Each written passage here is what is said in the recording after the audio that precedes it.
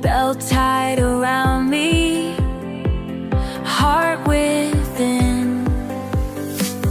Doors might open any moment now, gotta be prepared somehow. I'm ready and waiting, fire burning bright. I'm ready and waiting through longest night. Won't let it die out, won't fade away.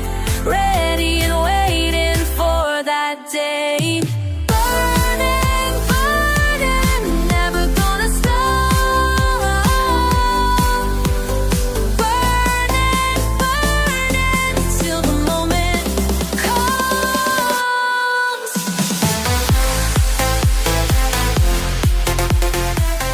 Evening, everybody. Good to see you guys. Thank you for coming. I'm glad you could make it. Tonight's going to be exciting because tonight is one-on-one V challenge evening. So how it works is if you have any subject you would like to debate, you can just click that link, come in, and we can have a one-on-one.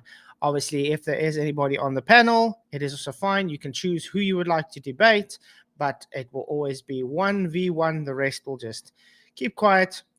But do be prepared to know that people are allowed to voice their opinion based on very stupid arguments. So, but yeah, it won't be debating that way. It'll always be one-on-one debate. But good to see you guys. Thank you for coming. Glad you could make it. If you can do me a huge favor, just hit the likes and share the show because it really, really does help the show to grow. You guys are awesome, and I appreciate all your support. So yes, any topic you want, it's up to you. If you want to debate about pink fluffy kittens in Uranus, up to you. I will try my best to debate whatever topic you bring up.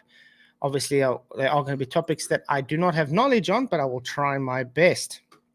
But it's good to see you guys. Really appreciate you all. I see Roger Lidwell. Thank you very much for your gift membership. I really appreciate it, man. You are such a blessing to this channel. And I hope all the best for you, brother. You are awesome. What's up, PJ? Good to see you too, man. You rock. Okay. Okay. Let's see. We've got some people. The votes are already at 25 now. Are you up? You're up for debate 1v1 at any subject you choose? Yes, 28%. No, 72%. So there's a lot of people that aren't up for debate, which is understandable because debating is not for everybody. So it's understandable. But the 25%, 28% now people is very intriguing. What's up, Oz? Good to see you. Glad you could make it, man. I hope you are doing well on the stationary flat plane we live in. Enclosed stationary flat plane. Yeah. That was good. Okay. So yeah, let's see. Maybe I can bring something up while we wait for people to come in because it is quite interesting to see people do vote to come in, but do we see them really? Nah. Some exciting news. I've just hit away from 5,000 to 4,999 subscribers. It's really odd. But hey, what can I do? Okay, let's see. Jordan Peterson roasted by 20 atheists. That's quite an interesting one. Let me see if I can find something more interesting. Demon Eraser, welcome to our live show. Oh, this is a live from with Mr. Let's see. Who are of note among the apostles. Hey, Tara, it's good to see you, Well, man. no. Glad you can make it. Also Always in good to see Christ you. before me. CZR, what's up, man? See that? Glad you can make it. They are a note. Who Among the apostles. This Well, I is guess it's so not true, saying Oz. that they are So true. apostles, Right, but I they don't are think saying they are of note. Yeah, that's interesting. Yeah, I think it's a situation where. By the Yeah, way, they- JT follows Jesus is still avoiding me like the plague for some reason. Good night, Maleficent. Like a slap word. JT for JC or whatever is still avoiding me like the plague for some reason, which is sad because I would like to have a conversation with him sometime. he doesn't really want people to come and talk on his show who disagree with Satan's Sword Season for some odd reason.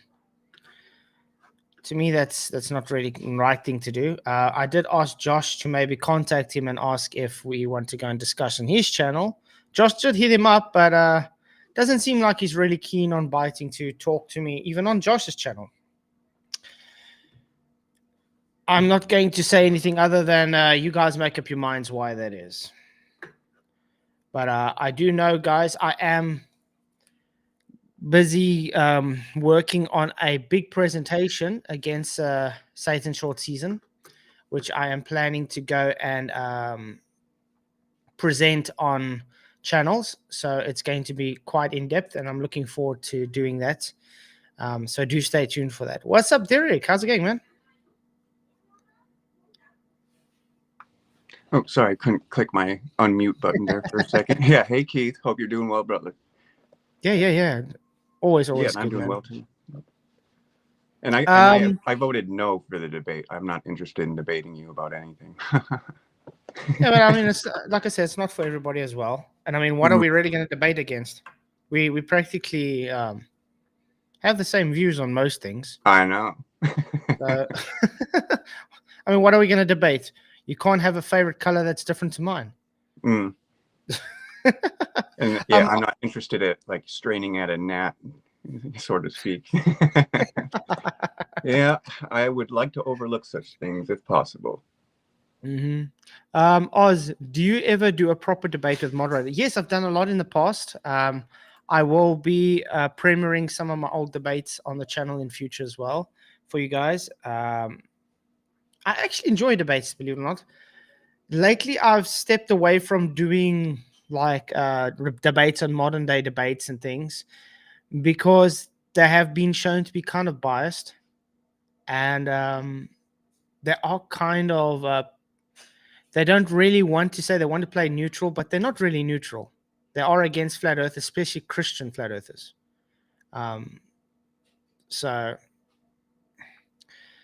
So be it. If they want to do that, they can do that. I will just carry on doing what I do. I have been challenged to a few debates, but we'll see how it works out. I do have a debate with Cuppy Cake on Saturday coming. The next Saturday it's coming now, the 26th. So that's going to be exciting. That's about Satan's Short Season. The moderator is going to be Mike from the Drunk Debunk show, because I mean he set it up and things. And then on the 1st, I'm going to have it on here with Aaron Armstrong. So that will be quite an interesting debate. That's going to be about the Trinity. So yeah, I do enjoy debates, guys, and I'm always up for a debate. Hey, Westbury, good to see you. Ryan, what's up, man? It's good to see everybody in the chats. Terrett, yeah, these days I'm starting at 8:30 again because I've found that it is a bit. If it's possible to start 8:30, I start 8:30. Otherwise, it's 9 o'clock. So it's always between 8:30 p.m. and 9 o'clock Central African time. We take it as it goes. But yeah, it's still a bit early, so maybe that's why we don't really have anybody in yet. But it's fine. It does give an opportunity to, just talk. And it's actually a good time for me as well. I just didn't have it in my mind, because I wasn't used to that time. Yeah. Mm-hmm. I'm just happy it started warming up here a bit. So at least I don't really have to wear all the thick hoodie jackets all the time. So I'm happy about that. Weather is starting to change. Only problem is when the weather changes, whenever season changes, I seem to get sinus issues. So that's the only thing I get. And tomorrow I start my exciting cut journey again because I picked up so much weight for my bulking. Yeah, I picked up 8 kilograms. I picked up 8 kilograms, guys, in my bulking session. So for the next 3 months, I'm going to be cutting down quite a bit. It's going to be exciting. So I'm starting that documentation from tomorrow for my fitness channel again. I think that's going to be very exciting. And I'm gonna have to actually sub to your fitness channel. I don't think I am. Oh, aren't you? I don't think so. No. Oh, okay. Well, you should do so. There's Okay. definitely going to be updates and things coming. So looking forward to that. And Laura Thompson, what's up, man? Good to see you. Yeah, I saw that debate with Dustin Nemos and McToon. It's unfortunate that they do get away with a lot of things. And no, I still do believe McToon's not an actual Christian. Absolutely not. The things he does and says is not Christian-like in my book. I mean, have you ever heard the man promote the gospel? No, he went to a church to say how corrupt the Bible is. What? Yeah, I didn't know he did that. that he went to Duffy's church, literally to preach how corrupt the Bible is. Oh, that's terrible. Now, what I don't understand is if Duffy really has a congregation, why did none of them get up and leave? Or maybe there isn't a congregation. I don't know. Or not much of one, anyway. Or they just very supportive of him and blind. Because all I know, if I go to church and someone comes up there and starts preaching how corrupt the Bible is, I will not be part of that church. You know what I mean? Mm-hmm. Like if it was What's a up? church I attended, I would promptly escort Mr. McToon out. Like, Yeah. you can leave. Yeah, exactly. What's up, Dick Wayne? Woohoo! Good to see you guys. Guys, share the show so people know we are live. Maybe someone would like to come in and debate. Maybe people don't know we're live yet. So it does help if you guys share the show, because then they will know we are live. And Glenn, what's up, man? It's always relaxing to see Mr. Bob Ross in the background there. I know, right?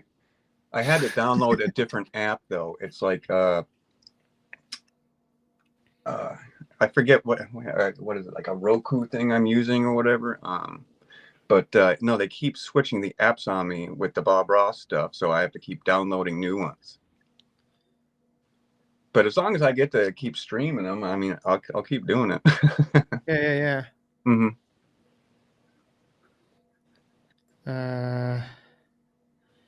Let's see. I'm trying to see if there's anything we can watch while we wait.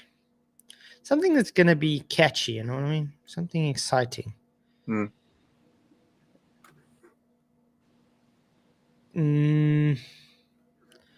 Let's see. Sorry, guys. What? Sabine Hossenfelder. More evidence that we live in a giant hole in space. 3 hours ago. Okay.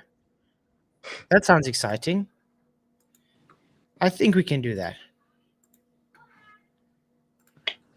Sacred principle for astrophysics. Hey, Sabine. Okay. Greed.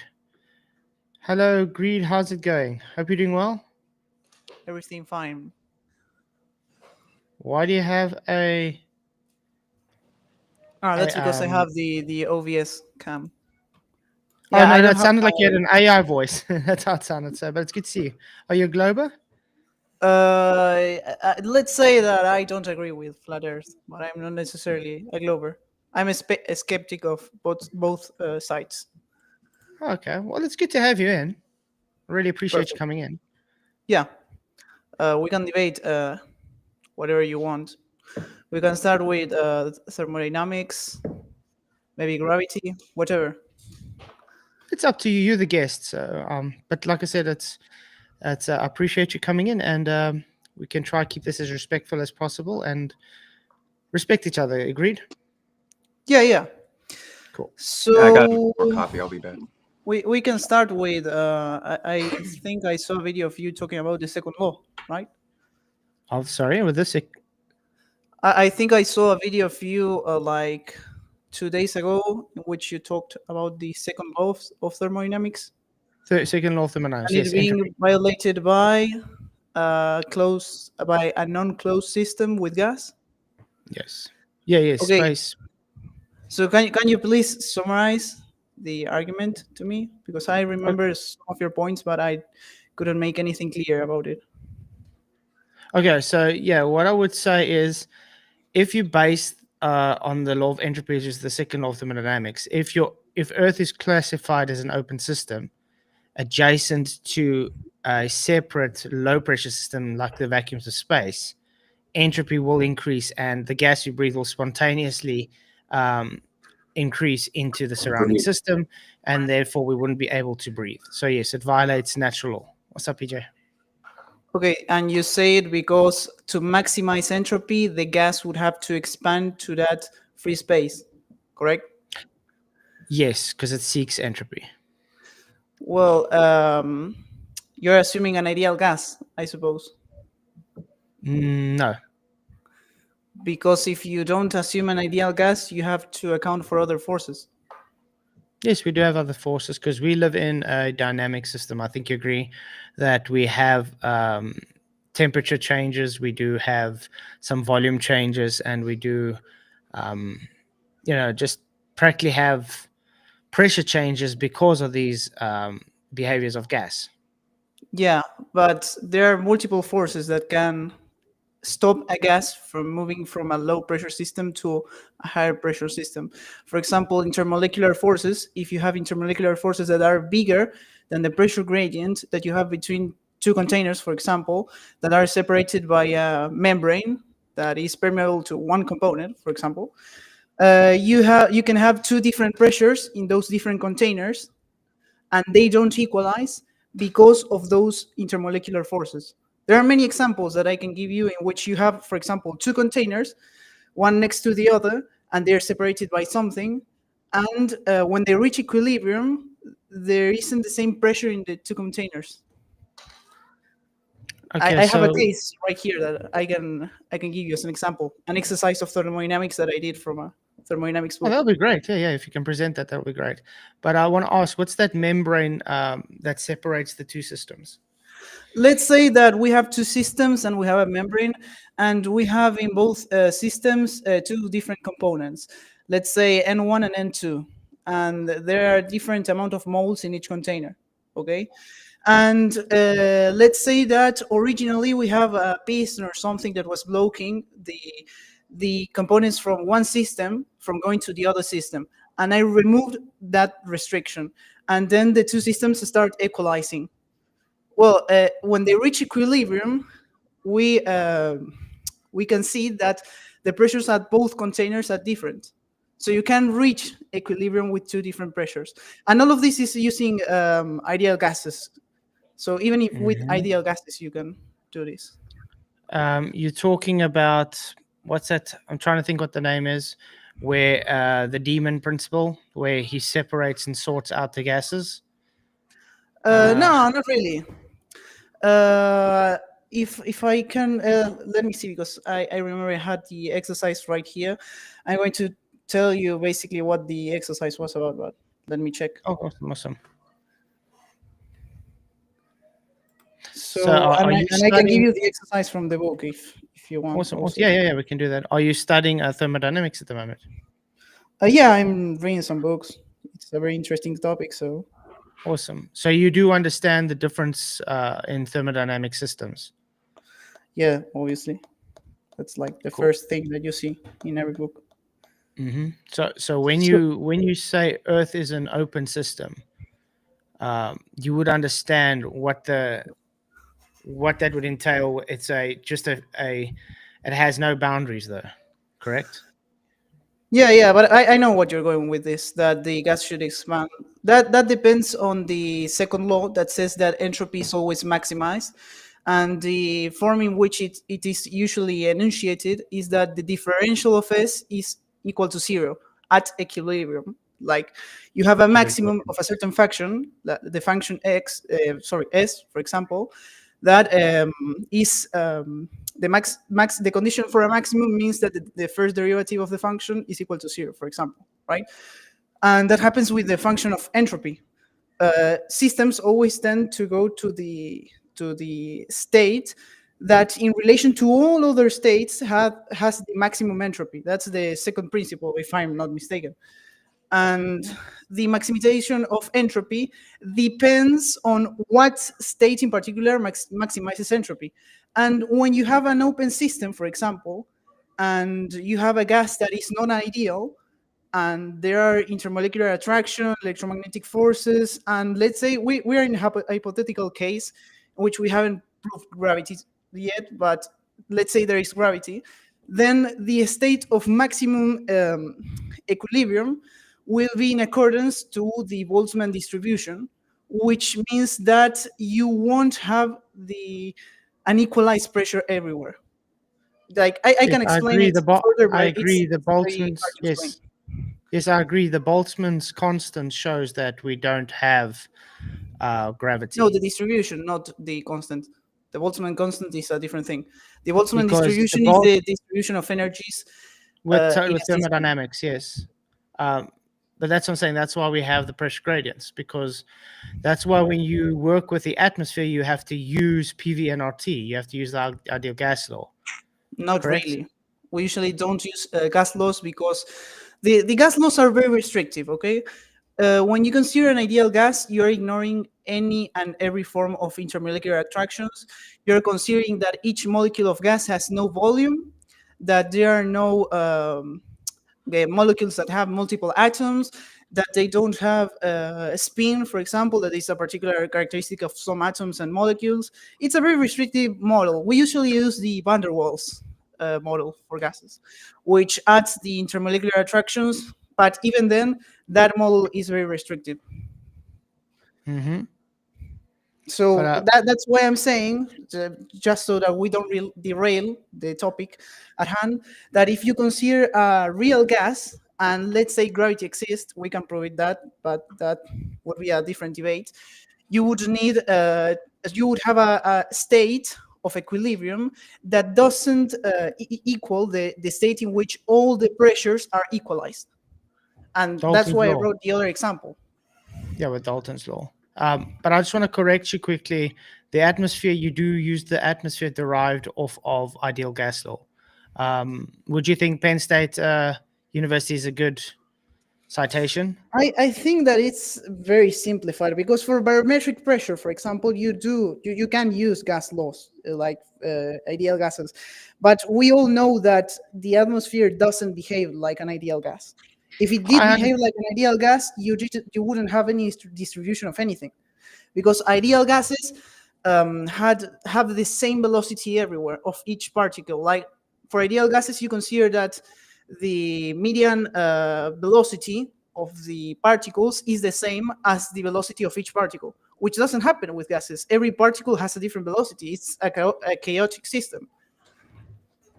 Yes, and this is why I say when you guys use for the atmosphere, you use the ideal gas law is because you're using it based on Dalton's law. So for every type of gas, you will separate PV and RT. So that's why you have the differences. You understand? Not really. I wouldn't use that the ideal gas law for trying to get the atmosphere distribution, because you have a dead end with ideal gases. For ideal gases, you have to consider that there are no forces interacting with the gases of either the containment or of That's nearby not true. masses. That's not true, because Yeah, because the ideal gas law is based on temperature, pressure, and volume barometrics between each other. So it does no, give the dynamics between the gases. those are intensity But parameters. the only thing is, that's what I was saying. The ideal gas law is specifically based on the ideal situation for a certain gas. Now, if you take Yeah. every gas separately based on Dalton's law, you are able to use the ideal gas law separately on each gas in How its would you use that? conglomerate Sorry. to get your atmospheric pressure. How would you use the Dalton law by separating gases? I didn't quite get that. Because remember, it's also based on the densities. Because, for instance, carbon dioxide has a different density than oxygen. Yeah, Correct. that's So your derivative will be different because your pressures will be different the derivative of what? of using the ideal gas law. So because But what because you're going to use a different volume, you can use a different volume or a different a Boltzmann constant, because remember each gas has a different constant. Yeah, the because you have a different Boltzmann amount of constant. moles. You have a different amount of moles in the Yeah, atmosphere the for each Boltzmann the gas. It Boltzmann constant. changes, so it Yeah, yes, it will change the amount, and thus you'll have a pressure gradient based on the amount of gas. yeah, you will have a different density, but that doesn't mean that with ideal gases you can have a pressure gradient. You will have a different density, you're right, but for ideal gases we usually don't consider those distributions because they are not factored in the formula. For the formula, you have to consider that there's no interaction between the gases and the walls of the containers in the most basic example, that there's no interaction between the particles of the gases, that there's no interaction with any external, because there's a very important thing in thermodynamics, that when we define internal energy in a simple system, we have to ignore all the electromagnetic forces and any other forces that are around, because otherwise the internal energy wouldn't be equal to the energy of the system, because you have to consider potential energy, for example, and that those things are not considered inside of ideal gases. So that means that we cannot really use ideal gases for these cases. So which gas laws would you use for the atmosphere then? That would be incredibly hard because it's very hard to model the atmosphere. But I would use the Boltzmann distribution. I think the Boltzmann distribution tells you that how the energies will be distributed in a system when you get rid of any containers or let the time be an infinite amount of time pass. That's the thing that you would usually use, the Boltzmann distribution for energies inside of a system. Yeah, Like because we understand. the usual example that you use or that people use to illustrate the Boltzmann distribution is with electrons in a certain atom, for example. You know that every single electron in a different orbit has a different energy, right? Well, Boltzmann's distribution predicts how the electrons or how many electrons will be in each different orbit. We can use that same law for the atmosphere, which predicts how many particles will be at a height h, considering the potential energy of each particle that is directly determined by gravity. That's how it works usually. You don't use the ideal gases because they don't have potential energy.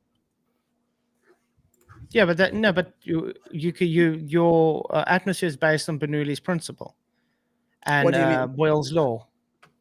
So when What we do you mean use that it, it's based on it? Because because Bernoulli's principle is very it's the specific. kinetic theory of gases, and the kinetic theory of gases have interactions between the temperature and the velocity because of the volume. No, So the kinetic theory of gases says that the temperature of a gas is directly equal to the kinetic energy of it, and for that you have to use an ideal gas also. And so it really isn't completely valid when you consider a particle that has a certain volume, for example. Like you have to make a different case of kinetic energy for particles that are non-ideal. But you're right. Temperature is equal to kinetic energy. Yeah, that's yeah, right. because the more temperature gets, the more energy it gets, the more you can, in a simple fact, say the molecules are jiggling around, as Richard Yeah, Feynman would yeah, say, and then the velocity is faster, so it has more energy to be able to move. yeah. So You the use Boltzmann constant for that. Yeah. distribution is different than when it's colder. The distribution, not the kinetic energy of the gas. Yeah, but the Like the distribution distribution of that wouldn't change energy. But I because mean, the for an ideal distribution of gas, that energy would be different. you can talk. For an ideal gas, we don't consider a pressure gradient. Like if you change the temperature, let's say that I have a gas inside of a certain container, like a small cube. I don't have a piston nor any barrier nor anything, and it's an adiabatic system, for example. And let's say that I increase the temperature in some way. I don't know. It's an adiabatic system, so I can put a thermal bath between the barrier and the gas that it's inside, and it starts heating the gas. Then you wouldn't have any pressure gradient if that's an ideal gas. You would only have a more chaotic movement, and Yeah, that you would would agree. translate to a bigger temperature, obviously, but you wouldn't have a gradient. You would agree that with a greater volume, you have more chance for pressure gradient to happen.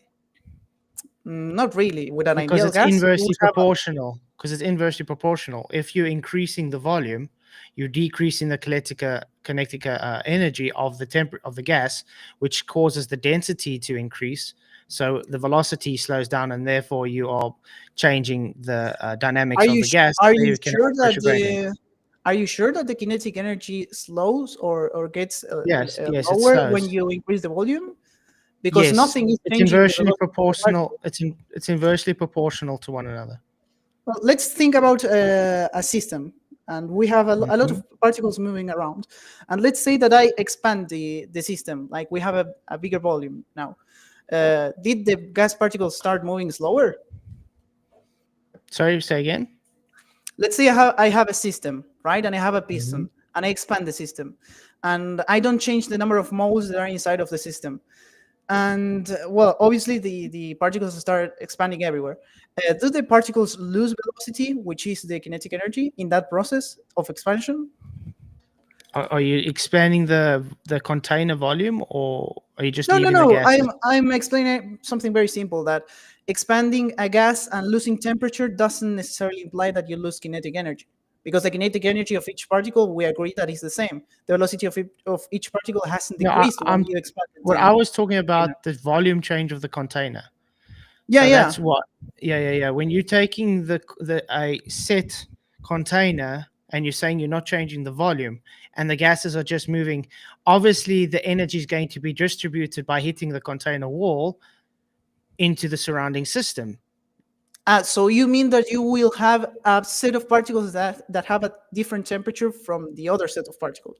You mean that? What it Like transfers let's It say transfers heat that. energy at work. And remember, as soon as the gas particles are moving around, it's work done. So as soon as work is done, it's used that energy up. You would agree? Well, work is done when the system expands. So if we have a fixed volume, we don't have work. But if you do have No, a piston you and you increase the temperature and the piston is free, for example, the piston will expand when you increase the temperature. That's obvious. That's a okay? very obvious Let's take it in fact. another way. Let's take, for instance, this mug, and Yeah. we put a lid on. We throw a bit of hot water in here, and we close it. You would agree Yeah. that this mug is going to heat up, Yeah, because it's not an adiabatic system. and Yeah. the air, yes, and the air around the mug is now going to get excited from that thermodynamic system, and Yeah. this mug will eventually become room temperature. Yeah, but for that we have to use Fourier's The law. zeroth That law. doesn't apply to ideal gases, because Yes. the temperature moves, you would say, at an infinite velocity when we consider ideal gases. Like So you we would have a agree with change of temperature and everything equalizes. That's so what you would happens with agree ideal with me gases. then, according to the kinetic theory of gases, there and gases have no they are totally they can only change direction with collision. They don't lose or transfer any energy. You would agree with that? They have They perfect do elastic transfer. collision. They do transfer some energy. Elastic collisions only happen with ideal gases, but they do lose energy with time, as all systems tend to equalize. Like do you know about the theory of the heat death of the universe? That Yes. applies for both flat Earth and globe Earth. Yeah, the heat Uh, death. Yes. when every system in the world equalizes, each particle would be at the same distance But from that each is a other. hypothetical though. Well, it's a deduction from thermodynamics. All systems tend to equilibrium, and Yeah, equilibrium is but reached when that happens. the reason it's hypothetical though is because it's taking the universe as a hypothetical isolated system. And because of thermodynamics, entropy always increases to the isolated system. It's not able to decrease. So yes, obviously it seeks equilibrium, and Wait, eventually you heat death has to happen. you mean that the total entropy of our world, if we consider it to be isolated, will be the same as the universal entropy? That's what you mean, like the entropy No, of our no, world in which Earth. we exist. No, the universe is isolated, not the Earth.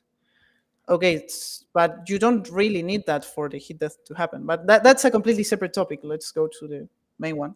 You were talking about the gases having a gradient due to the fact that they are close to a heat source, for example, and the Mhm. particles that are in proximity of that heat source heat up and have a different temperature from, let's say, the particles that are at the different at the roof, for example. Let's say that I heat up my floor, and the particles at my floor will be at a greater temperature than those of the roof. Well, that's true. Yeah, that's true. That you would have a pressure gradient, but that pressure gradient would instantly equalize. And with ideal gases, you wouldn't. The velocity at which that pressure gradient would equalize would be infinite. And with non-ideal gases, the pressure gradient at which, oh, sorry, the velocity at which it would equalize, I think would be the speed of sound, because it would propagate as a wave. Spontaneously. Yeah, but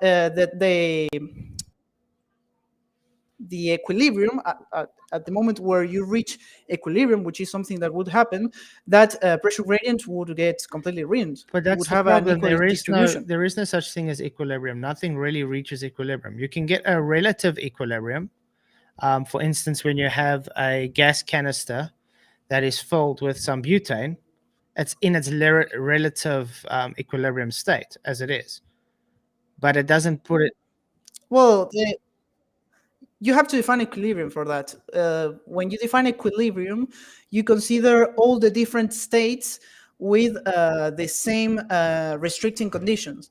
And let's say that I have a gas can, for example, and that gas can is obviously contained. When I start, I don't know, releasing that gas, the entropy will increase, and the equilibrium will be different from the equilibrium of the gas inside of the can. Yeah, That's obvious. pressure changes. And yeah, and in those cases, you have two different equilibriums: the equilibrium of the gas inside of the gas can, and when I release it, that it will be yeah. That's what I different was talking equilibrium. about, relative equilibrium, because you don't actually get absolute equilibrium in nature.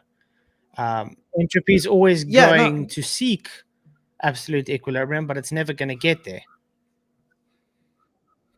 Yeah, but in those cases, in the case that you put as an example, in reference to the restrictions that we were talking about, like the gas inside of the can, in reference to all the separate states in which the gas can be, like it can be in very different states. For example, all the gas particles all in the bottom of the gas can, or all at the top. The condition that maximizes entropy is the gas being evenly distributed in that gas can. The same would happen if you would release it. Like you would have the same pressure everywhere. So if that were true, neither flat Earth nor globe Earth would have a pressure gradient. So for that, you need to add a separate force that gives potential energy or something. It can be an electromagnetic force, or it can be a gravitational force that makes the gradient, which wouldn't happen otherwise, because due to that. I wouldn't agree with that, though. Well, because that's a consequence of the thermodynamics doesn't account for gravity, because gravity is not a force in the first instance. So when you are looking at, have you heard of the free expansion of Joule's free expansion of gas? Yeah, obviously that's a very basic case. You move a set of gas to a different container, keeping the pressure that's equal, practically what always happens based on the second law. If you're going to consider Earth to be an open system and it's inside the ultra vacuum of space, because it's a separate system and there's no barrier, there is no energy exchange. It's just simply free energy exchange of the gas spontaneously evacuating into the surrounding surrounding system. Sorry. And that's why we would also be 10 to the 17, 10 to the minus 17 torr, just like space. You don't need a barrier like that to stop gas from going somewhere. For example, do you know Bernoulli's law about the? Let's say that I have the usual example is with a piece of paper, right? Like you start blowing that piece of paper, and the gas behaves in a way that you wouldn't expect. Well, you're directing the gas to a certain place and avoiding it from going to another place, and you're doing that by increasing the velocity of the gas. And in that case, you could say that you're exerting a certain force. Yeah, you're exerting a certain force to the gas. Well, with forces in general, with electromagnetic forces, intermolecular forces, don't consider gravity, because we can talk about that later. With every force, you can stop the gas from going to a certain place if the force is facing at a different direction of the motion of the gas. The usual example would be, for example, a car with friction. Like, I don't need a container to stop the car from going forward. Friction can do that. Friction is a force. I need a force to apply to the gas particles to stop them from going to a certain place. In the case of the Earth, you would have gravity. In the case of flat Earth, I don't know what force you would usually that's use the for the gradient to But generate that's the the stability. problem I'm trying to explain to you with Bernoulli's principle. All that happens is there's no really force. So the gas itself is forcing based on its velocity through the lower pressure system. So it takes the longest distance, which means, like an airplane wing that works on Bernoulli's principle. So what happens is it creates a low But pressure system on top of the wing and the high pressure system under the wing. So that forces the gas to move faster through the low pressure, which forces the wing, the airplane upwards. That's Bernoulli's principle. But there's no. But do you realize that that's a force, right? Like, that's a form of force. There are different forces, not only the actual forces of I don't know, electromagnetism, gravity, and all of that.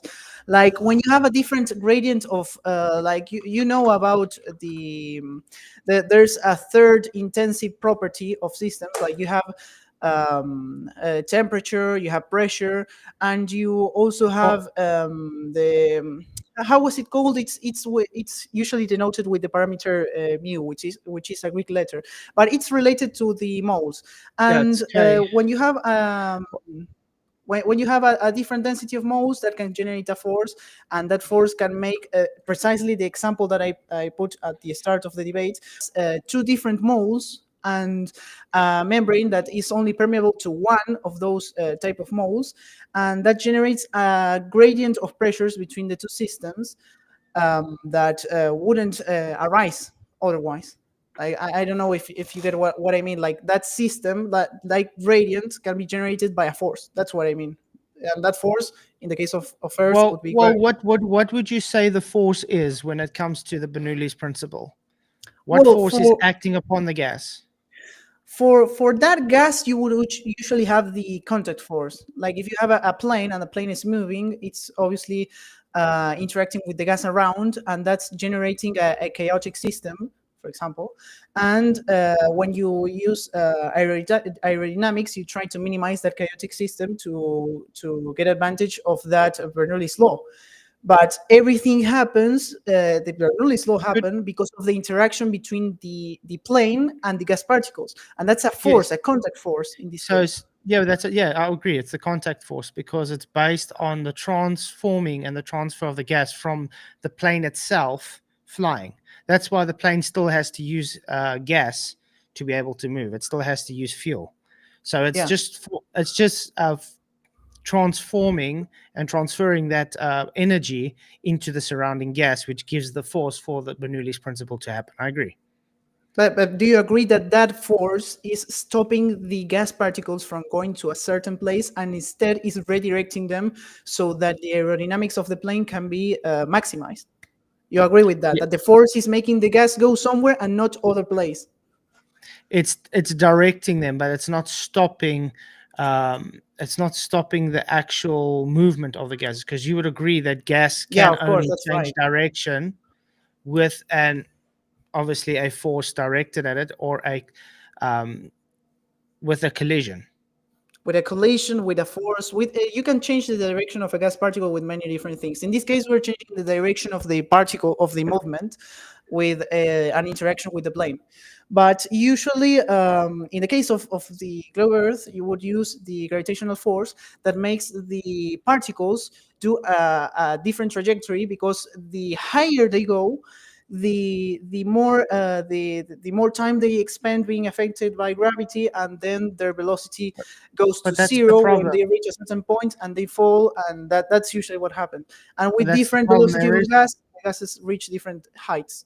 No, but that's the problem. Gravity is not a force. So you can't evoke gravity for gases to be able to use the force to be pulled down.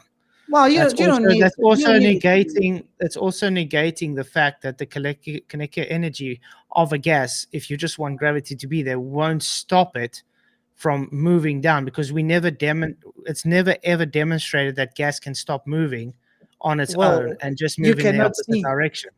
you cannot see individual gas particles, but that's what they should be doing if you have a force acting on them. Like, I don't see the particular gas particles when I'm moving on a plane, but I know that there's a difference in pressures because the gas is going somewhere and it's not going to a certain other place. In the case of the pressure gradient, you don't see the individual particles falling. That would be practically impossible. You would need, I don't know, an infinite resolution of a I don't know, as an electric, how is it called? Like a microscope, an electric microscope of an infinite resolution to see each of the gas particles going down. But you do know that the gas particles that are moving in every direction, for some reason, are not going up. They are No, not they're going always to going up. be. That I disagree with you. They're all going up. Yeah, but a certain set of gas particles remains here down and is not going up, Well, because otherwise we would have the same pressure everywhere. no, We have to that's explain not why that true. happens. Remember, we live in a dynamic system. So you're missing the point that if we didn't have the containment in the first place, we wouldn't have those gases to have this gas behavior for pressure gradients. Because we live in a dynamic system where you would understand that lower to the surface, we have a lot more collisions. The temperatures is much more higher as well, and the cluster of the gases is much more. So we have more pressure. The higher you go up, the volume increases. So therefore, the thermodynamic kinetic energy decreases, and the gas becomes colder. So they become denser because now they've just transferred that energy with collisions to other gases, and therefore you have less molecules high up because there's a further amount of volume to fill. So the collisions is much less compared to when you're on the ground. Let's say that I have, let's look at it from a molecular perspective. Let's say that I have 10 particles and I have a flat Earth that has a container, like has a dome, for example. And well, let's say I have a flat Earth that is very small and I have all my 10 particles at the bottom. And then I say clock is running and I put everything at motion, right? And every particle starts moving. We agree that all the particles are at the bottom. We all agree that the particles would collide with the bottom, like with the ground. And then they'll start moving upwards after colliding with the ground. And then they'll reach the ceiling at some point. And if you let enough time pass, the distribution of those particles will be equalized in that case.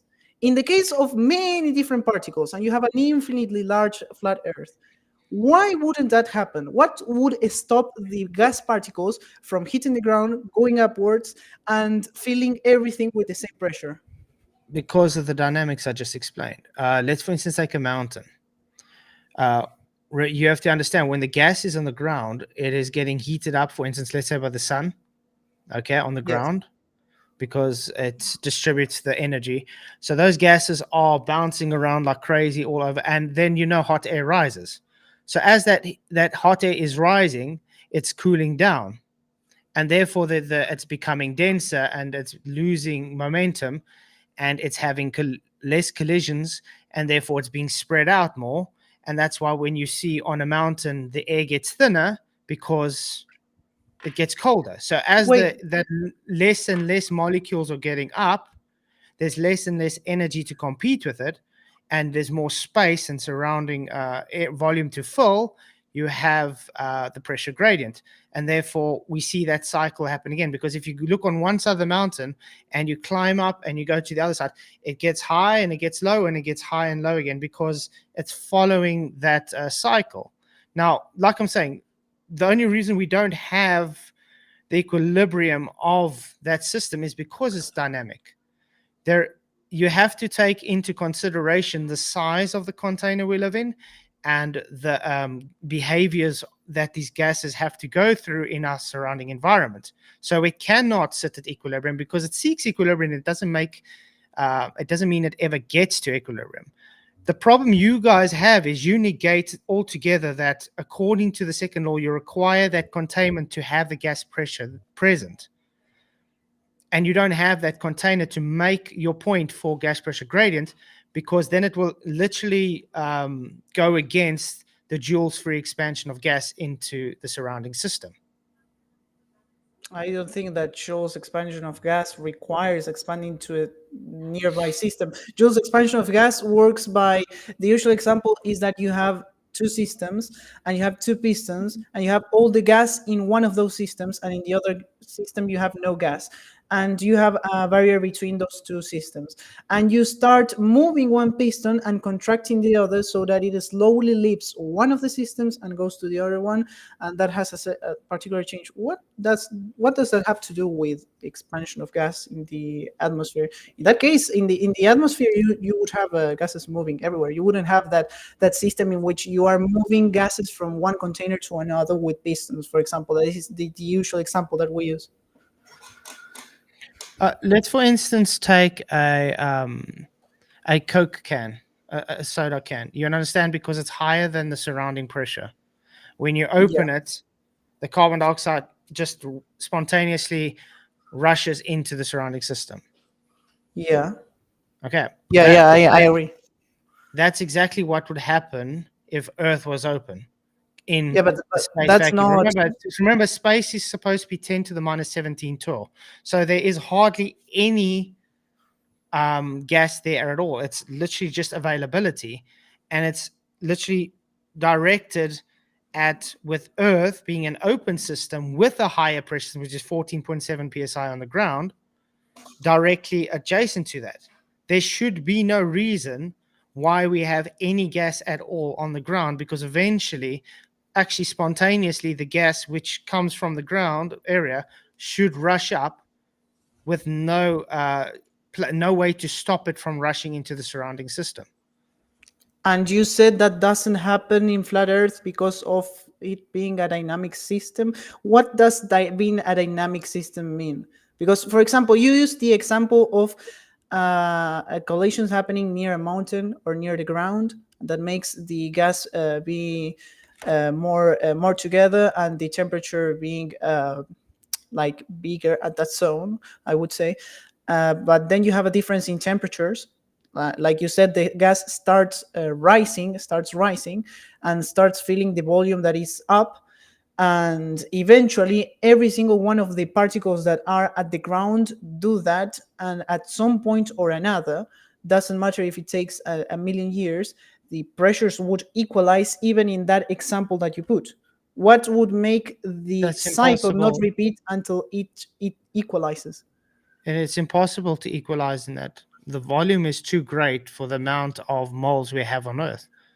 Also, we have we go through seasonal cycles. So while we go through those seasonal cycles, you get heating up and you get cooling down. So it's going to recycle the movement of those gases. Yeah, but in those cases, you would have, for example, let's say that I have a fixed season in this case. Then we change the season to know what happens. I have a fixed season. I have a set of particles near the ground. As you said, they collide with the ground and they heat up. They start going up. They reach the ceiling, and all the rest of the particles that haven't rised up yet. We're talking in very informal terms, but it doesn't matter. They do the exact same. They hit the ground, they have a different temperature, they start rising, and that happens with all the particles. At a time t, that doesn't matter if it takes 10,000 years or something, every single particle of the gas will be distributed evenly inside of that system, because there's nothing generating a pressure gradient. That's You false, need some because force or something. We got the sun generating thermodynamic energy constantly, and then you got the nighttime when it's losing energy, the wintertime when it loses energy, summertime when it gains energy. You can, for instance, go to a desert, and at nighttime, the temperature drops considerably compared to the daytime, and you can take that pressure reading. There is a difference with pressure reading at exactly the same spot, same altitude, just based on the temperature. So Yeah, the excitement of gases is totally different because of the energy distribution. So it let's will consider never ever equalize. let's consider the sun in your example. Now we added the sun. We don't only have the particles in the ground, and I have the sun. And the sun is heating the nearby particles. I don't know how high you claim the sun is, or whether it is outside of the dome or whatever. But let's say that it's inside of the dome in this case. The particles that are near the sun would heat. and then those particles would expand to the nearby areas. Then at some point or another, the heat that the sun provides will have heated the entire system so that it becomes uniform. Like you can do this example with a gas can. You take a lighter, you start heating up the gas can, you would temporarily generate a pressure gradient, and then the gradient would equalize at a time t. And that happens no matter how big the container is. You can do it with a butane container, for example, which is like the ones that are used for cars. Some cars that use gas, I don't know, and you start heating that container, Well- and at some point or another, you would have the same pressure everywhere. Well, would you understand that with a larger volume container, it would take a lot more energy and time for that to happen compared to a small canister? Yeah, it would take a lot more, but And the now you velocity. have to consider the system we're talking about, Earth, cools down, heats up, cools down, heats up constantly. So it's not able to keep that constant pressure, temperature, like the idea you just brought to the small canister. Let's use that example of heating up and the gases cooling down because of the sun moving. That happens because the gas particles transmit the extra thermal energy that they have, or the extra kinetic energy, to the particles that are nearby. And when the sun is not there eventually, because it's nighttime, they stop receiving heat. They stop heating up, because they transmitted all of that temperature that it had to the nearby particles, and that tried to reach equilibrium. Well, at some point or another, sun will come back, those particles will heat up again, the process will repeat, and slowly but surely, every single particle in the system will reach the same temperature, and at some point or another, you will have all the particles that the sun has left and it's nighttime, and it will be the same temperature as in daytime, because every It's particle is impossible. at the same temperature. That's impossible because we have reproduction in gases. For instance, carbon dioxide is given off and methane is given off, and we have photosynthesis. We have cycles, so it keeps on transforming. As the energy is transforming, it's also distributing the transformation of those gases and transferred. So it's always changing. It's impossible to reach equilibrium. Yeah, but You are literally ignoring the processes that Earth has to no, make this let's add that process into our hypothetical system. We already have the sun, we already have the ground, we already have the container. Let's add the gases being constantly generated. Let's say that they are generated at a temperature that is lower than the temperature of the system. At some point or another, that gas will evenly distribute across the container, and at some point or another, the temperature of those particles of gas that I added will reach equilibrium with the particles of gas that I already have in the container. For that equilibrium to not be reached, we need to generate an amount of gas it's simply insane. We have to generate like the entirety of the gas in a very short, the entirety of the gas that is already inside of the container. Like, I don't know, right now we have a certain amount of liters of gas. We would have to generate that same amount of gas with natural medium or with factories or whatever in a very short amount of time for us to stop the equilibrium from being reached. Because otherwise the equilibrium system, in which we have the same pressure everywhere, would be reached. We would have to present a force going against that equilibrium that is simply insane. It's impossible to obtain. Again, it's not Like, you get my point, right? I understand what you're trying to say, but you're not understanding what happens. Let's, for instance, do you know how photosynthesis works when it comes to, for instance, a tree? Yeah, everyone knows how photosynthesis works. You take CO2 and you generate O2, but the temperature doesn't decrease in that process. It just transfers Of course, to the a different temperature thing. decreases in that process. It's using energy. It's transferring and transforming the energy, and it's But it's not. and it's literally creating a different recycled gas. So It's not leaving the system, the energy has to be transferred and transformed into something. So there's a difference in distribution constantly. Yeah, but let's say that a plant takes CO2 and releases O2. The temperature at which that process happens usually Even though at a molecular level, maybe temperature temporarily increases because of energy being released in the process of breaking down CO2 in carbon and oxygen, the temperature at which the process ends is the same. Otherwise, you would see the plants heating up a lot. You usually don't see the plants heating up a lot, like, I don't know, like a lamp or something. And in that process, you virtually, because you have a decrease in temperature, but that decrease in temperature is negligible in that process. So it cannot Well, account for the stoppage of the equilibrium being reached in the system. Like, we need some barrier for the equilibrium to not be reached. you're still ignoring the transfer of the energy. I mean, it's not just in the plant itself, it's in the roots, it's in the soil around it, it's in the gases around there as well. Remember, it's transferring all those energies throughout that whole system. And because the volume of the whole system is so big, it's so negligible, it's never going to cause enough time for the equilibrium to happen. First, the process of creating O2 and carbon, does it generate, is it an endothermic process, or is it an exothermic process? Like, does it generate heat or not? Because I think that it is an exothermic process. I don't remember if it is. If it is an exothermic process, then it releases heat. And if it releases heat, it should raise the temperature nearby, and the gas should be expelled at a greater temperature than the gas was at the very start.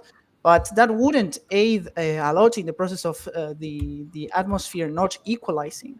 Like, if anything, still, no matter what you add, let's say you add a volcano or something, at some point or another, the gas particles will equalize. Even if you add some heat here, some heat there, the amount of particles of the system are moving everywhere, in every direction, in every different velocity you can imagine, and at some point or another they will reach the lower pressure that is above, because there's nothing stopping that from happening. Like, I have a single gas particle and I have a lower pressure outside, it will go up. There's nothing like a barrier or a force, in the case of flat Earth, stopping that particle that is moving up from not moving up. So at some point or another, Yeah, the you only will way reach. it will change direction is, like you said, with a different force. For instance, a plane flying in the air is going to reach where the plane's wing reaches, and or a wind current takes it, or it's going to have a collision with another gas particle and change its direction. Simple as that. Or a Yeah, container. you're right, but in that case, then I have the number of particles, and I have less particles up, and the particles are moving everywhere, and at some point they will go up, and at some point they will have to reach equilibrium, even if I generate more gas on the I surface. I disagree totally with that, because of all the dynamics happening with the constant removing and transferring and transforming of the cycle of gases. It's impossible for it to reach equilibrium. It seeks equilibrium as much as possible, but you have to understand all these energies are eventually getting transferred through the boundary to the surrounding system, which is the universe. Remember, if Earth is classified as a closed system, energy still gets transferred through the boundary.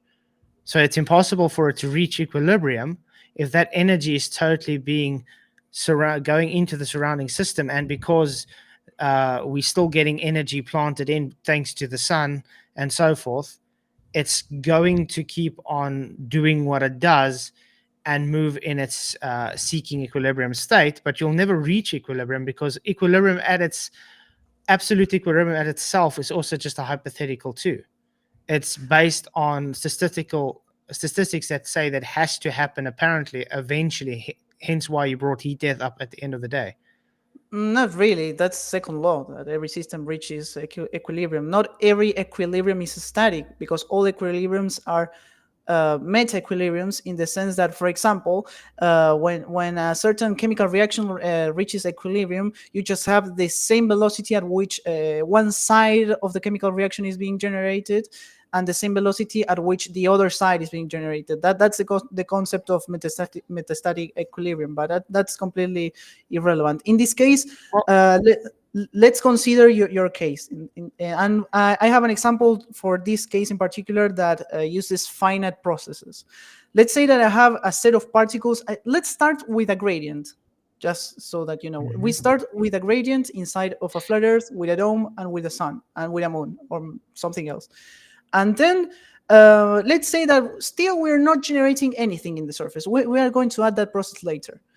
We let the sun and moon move, and the sun slowly heats up all the particles that are near it, because that's what the sun does. It transmits heat. And the particles start heating up. The sun finishes an entire round around the planet. In this case will be the flat Earth. And all the particles that it has been in contact with have been heated up. Those particles transmit heat to the nearby particles. And the sun repeats this process for 365 days, an entire year. All the particles inside of that system, because of the sun being a thing that is constantly heating them up, will at some point or another, we still haven't added the process of generation of energy at the surface, will at some You're breaking up, man. Hey, Vlad, how's it going? How's it going, Roger? I think he's lost connection. It's good to see you, man. Hey, Roger. Guys, do me a favor and please hit the like, share the show. I do enjoy this chat with him. You see, this is how debates are supposed to happen, guys. Yeah, It's this is really pleasant. Yeah, he's not. It is actually, I mean, I'm actually just sitting listening. I'm not doing anything. I'm just listening. It's actually pretty good. Yeah, but can you hear me? Jay and Vicky. Can you hear me? I had a Yeah, problem there we with- go. Yeah, sorry, we're Yeah, saying you goodbye. broke up or something. So I was at the first step of the process. We had the gas particles, we had the sun that moved and heated up all those particles. We still don't have the generation of the energy that you talked about in the surface. We're going to add that later. And we have the pressure everywhere equalized because we don't have that generation yet, and the temperature all equalized. Now we add that interaction in the surface. We add the gas being generated by human activity. We add the plant generating carbon emissions and all of that. Then the process will repeat again, and at some point or another, the temperature everywhere will start rising. The pressure everywhere will start rising, and at some point or another, we should detect, even if actual equilibrium hasn't been perfectly reached, that the temperature up there and the pressure have changed, and the temperature down here has changed, even if we didn't reach the equilibrium. Like, do you understand the entire I process? disagree because you're ignoring the fact that gases have different densities. No, I'm And taking that into consideration. Yeah, No, I took it no, you're not taking density into consideration, because if you take density into consideration, you would understand a denser gas has to take a lot more energy to be able to move the same velocity as something that has less density.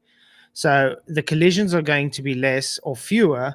The transfer of energy is going to be less or fewer, and it will constantly go through that cycle. So therefore, you'll never have equilibrium of one equal pressure. It will always be a pressure gradient, even when it's seeking equilibrium, because of the densities of those gases. Wait, you're saying that because we have different gases like nitrogen, carbon dioxide, and all of that, the equilibrium wouldn't be reached in my example? That's No. what you're saying?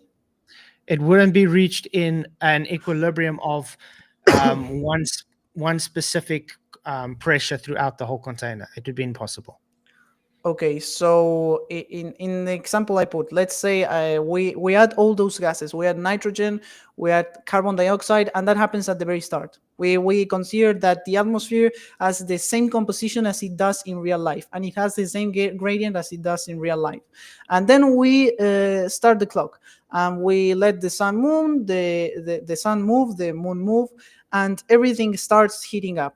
I do agree that the distribution will be reached at a different time, because we need to add more heat for the heavier particles to go up. But the other different particles, the other things that we have in the atmosphere, will at some point start heating up, start going up, start equalizing the pressure, even though we have the other particles down here that haven't gone up because they haven't received enough heat. And when those particles that are still heating up reach the upper part of the atmosphere, then the pressure there, the temperature there, and every other intensity parameter will also equalize. The only thing that adding those particles will do is that the equilibrium is reached at like you need more time. That's the only thing that it would add, because you have to not only hit the particles that are lesser in terms of mass, but you also have to heat up the particles that require more heat to go up. But the only thing that would do is add time to the equilibrium being reached. The equilibrium will still be reached. Nothing stops it from being Not reached, true, because even remember, if you the have to system is understand. dynamic. You also have to understand the sun is not standing still. The sun is staying in one place, and it's moving 15 degrees an hour. So it's moving across the earth. And as seasons, it depends on height. It can change its elevation based on the season. So it's also hot or cold at certain times. So it's not giving a uniform energy transference as you trying to make it sound like. There's no uniform energy 365 days a year. It's No, changing, you're right. That's changing what. constantly. So therefore, it's impossible for it to go to equilibrium, because let's say the sun is in this one location, and as it's moving, it's only localized the energy in that part of the system, and as soon as it's moving away, that part of the system that already had the energy transferred is already transforming and transferring that energy into its surrounding particles and system around it, which is already taking that equilibrium away, which is seeking the equilibrium. But because you are trying to claim a pressure gradient dispersal into a single pressure, because of this is a total 180. It goes against what is being discussed, That's because what I you consider, need to though. the time of the amount of energy put into the system and the time amount of energy put out of the system don't coincide to reach equilibrium. The only equilibrium that is reached here is in the universe itself, because the surrounding system is taking the energy from the transference of the closed system. But Wait, I would love to go talk about how you are able to justify how you can have the gas pressure in the first instant without your container, because, like we said, it is possible to be explained in the container. But how would you tell us how it's possible without containment? yeah, but let's go back to what we were talking about, because it's completely related to that, because pressure gradients are related to that topic. In the case that we were talking about, do you think that I consider the sun to be static? Because I said that it was moving. Sorry, say again. Do you think that in my example, the example that I presented before, I considered the sun to be static? Because I am sure I said it was moving. In No, the you case said of it's the flat moving. Earth. I was just trying to make it you understand, because you are false equivocating and making the system seem as that the sun is constantly giving the same amount of energy in the same place, so it's always going to reach equilibrium, which is impossible. No, not at all. That's not what I said. The sun is constantly moving. You're right. But at some point or another, let's say that a whole day has passed, it reaches the same position it was in the day before. Maybe a little difference, because the in the case of the flat Earth, maybe it moves upwards, downwards. We don't know. But at some point or another, it reaches the same place. Those particles, once the sun leaves that zone, when it's nighttime, that have extra heat, start transmitting that heat to the nearby particles, and that elevates the temperature of the overall system. The sun goes back there, generates more heat, the particles repeat the same process, and it is repeated, I don't know, 365 days. At some point or another, you will have an equilibrium, because No, all you the won't, particles are being because heated. we have clouds, we have cloudy days, we have rainy days, we have snowy days, foggy days. It's always going to change the amount of energy being transferred and transformed by the sun. So it's impossible to have what you're claiming. Like I said, you're ignoring the fact of the dynamics of taking place in this closed system. No, So let's just also saying consider the it's going clouds. to reach equilibrium isn't making it going to reach equilibrium. But I've been happy to answer everything how it would happen in the flat Earth. Can you please answer how would you be able to have the gas pressure to have your pressure gradient without a No, container? it's important that we debate this topic, because it's linked to that question, because it's linked to the fact, how do you create a pressure gradient? And for this, we need to know how a pressure gradient is created. And in a flat Earth with no force stopping the particles from moving, you cannot. In the example We just reproduce, explained you it. could. Yeah, I that's disagree. We just what I'm going explained how to. we have pressure gradient. That's what You I'm going agreed with me. to The dynamic respond. of the system shows a pressure gradient. No, But the what I'm dynamic of the asking system. for you to, and what I'm asking for you to do, is to show us how you can have this pressure without containment. Well, that I'm going to do that, but we have to analyze the case in which you don't have a force, which is the We case do of the have a flat Earth. force. It's called entropic force. Well, it's not really a force. Like the entropy, the only thing that entropy does is tell you in which direction the system will move. It doesn't generate a force per se. Like But entropy is a just vector is based on the force, though. let's say the definition of Boltzmann of entropy, like the amount of microstates that are compatible with macrostates, that doesn't generate a force. It was too Well, big. the movement is based on a force. You would agree? Yeah, but that's not necessarily entropy. It's movement. It Like is. entropy is more Transfer than of movement. energy, dude. Transfer of energy. Yeah, no, yeah, but entropy is related to energy, but that doesn't have much to do with just movement. It has to do with a lot of things. Entropy. Because you would agree that the kinetic energy on itself is force. No. A force is the change of momentum in a certain amount of time. That's the definition So of kinetic Newton. energy, yes. No, Because but remember when we said you heat it up due to the temperature, that's what thermodynamics is. It's the intermolecular bonds moving and jiggling faster. The movement of the intermolecular bonds, thanks to energy, to temperature, is a force. So temperature is acting as a force in its intermolecular kinetic energy to cause the kinetic energy to move it. So it's a force. You're referring to particles colliding with each other with different temperature, hence the temperature of the particle that has more temperature getting the other particle heated because they collided. That's what you mean, and that's a force. That's what you said. No, I what have I'm a saying is the energy is transferred through the temperature, which is a force because it's causing it to move faster. It's causing velocity to change.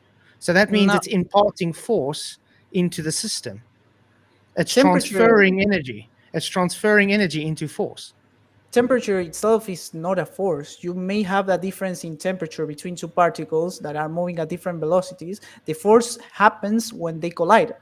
Temperature itself just describes a state of the particles, like how many meters per second the particle is moving.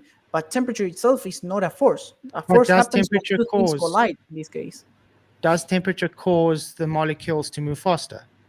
the collision causes the particles to move faster, No, not the temperature. temperature causes the intermolecular bonds to move faster to have the collision. The intermolecular bonds, not the particles, would be moving faster, not the intermolecular bonds. But that doesn't matter. You have the particles at different temperatures. The kinetic theory of gas is based on intermolecular bonds of the gases. The particles themselves move in a different velocity because of the intermolecular bonds, molecules that are moving at its speed because of the temperature change. So, in fact, the temperature is causing the gases to move faster, which is the cause of force. So, temperature is a force. The kinetic theory of gases doesn't necessarily say that. The kinetic theory of gases, for example, for an ideal gas, you take a certain gas, you consider the collisions with a wall, and you also have to consider a gas going through a cylinder with collisions. That's the other case. And using that, considering the collisions of that gas, the movement of that gas, you equal the temperature with the kinetic energy of the gas. But a gas having kinetic energy, a gas moving, it isn't necessarily a force itself. It's just temperature. The collision is a force itself, but temperature is a state of the particles. Like you may have two particles that have the same temperature and never collide. And in that case, you have no collision and temperature. Temperature itself is not. But this is a completely unrelated topic to what we were talking about. No, what I'm trying to say is because you're saying a force is directed by something causing a movement. So what I'm saying is, if you're claiming temperature is causing that movement in the kinetic bonds, therefore you could be claiming that temperature is a force, correct? No, the temperature Or is it just generates. the transfer of the energy which gives the collisions, which gives force? Wait, let's agree on terms. You agree that temperature is the kinetic energy of the gases. That's basic. Yes, 100% agree. So it's not a force in itself. I'm just trying to understand because it sounded like we're trying to say it's a force. No, it's not a force. The temperature itself is not a force. It generates movement, and two things moving doesn't imply that they will collide. I don't know, like two cars passing near Okay, my so home. we agree on that. They No, don't collide. I was misunderstanding you then. Sorry, that's what I was trying to figure out. Okay, well, then going to the previous case that you presented about the clouds that may change the heat that is received at a certain zone because you have a cloudy day, for example. Well, the clouds will absorb the extra heat. The difference in transmission of heat itself will be null. The only thing that will happen is that the ground has receives less heat and the clouds receive more heat because it's acting like a damping agent. But at some point or another, those clouds will release their water. That water will go down. That water will hit the ground. And that process that I presented before of the sun moving around with no clouds will be the same because at some point or another that water has to fall, and we will have the case of the earth that doesn't have clouds with a constantly rising temperature and a pressure equalizing, because at some point or another that water will go down. So you cannot really consider it like the different conditions of the day making the energy transfer being different. No, that water will go down at some point or another. There isn't a difference in the amount of energy that, I don't know, Australia gets, unless there's a different season. That's right. In contrast with, I don't know, United States. Even if you have clouds and all of that, because even if those clouds heat up, that heat is going to be transmitted to the surface when it rains. So in my case, in which I consider the temperatures equalizing at some point, or the pressure equalizing at some point, will come to fruition. Okay, You won't have the difference. Let me try and explain it another way to you.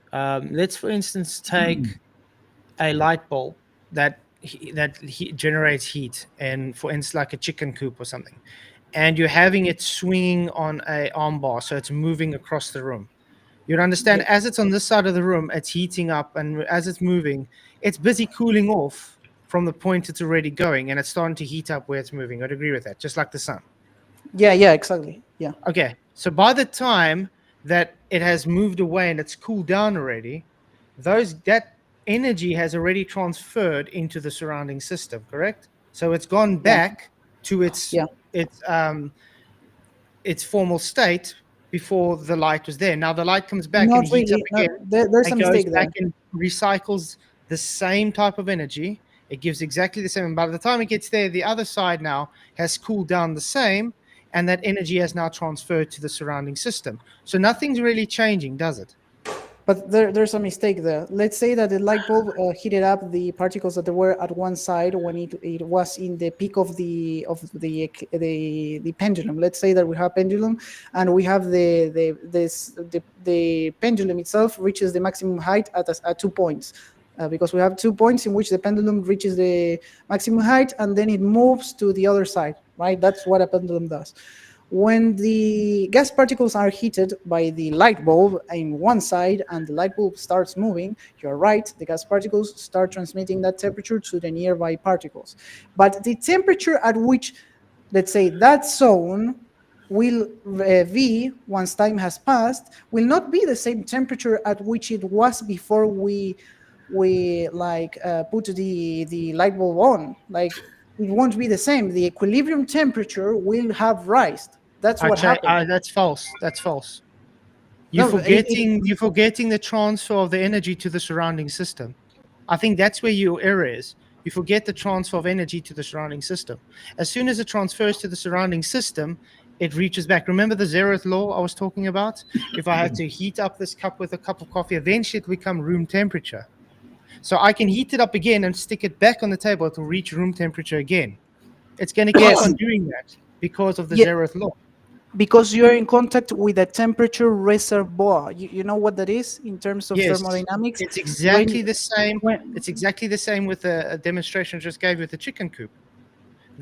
You have a surrounding system. Everything has to go to equilibrium in the surrounding system. The only system is the hypothetical universe where the entropy is always increasing. You understand?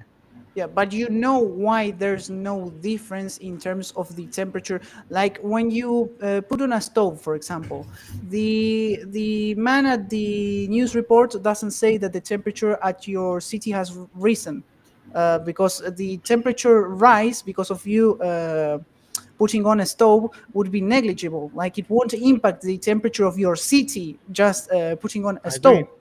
Well, that happens because the energy transfer makes the has to make up for so many particles that the increasing temperature would be in the order of 0.0000000, like Very an small. infinite amount of zeros, and that So therefore, we'll never reach equilibrium. That's my whole point. So you're agreeing with me?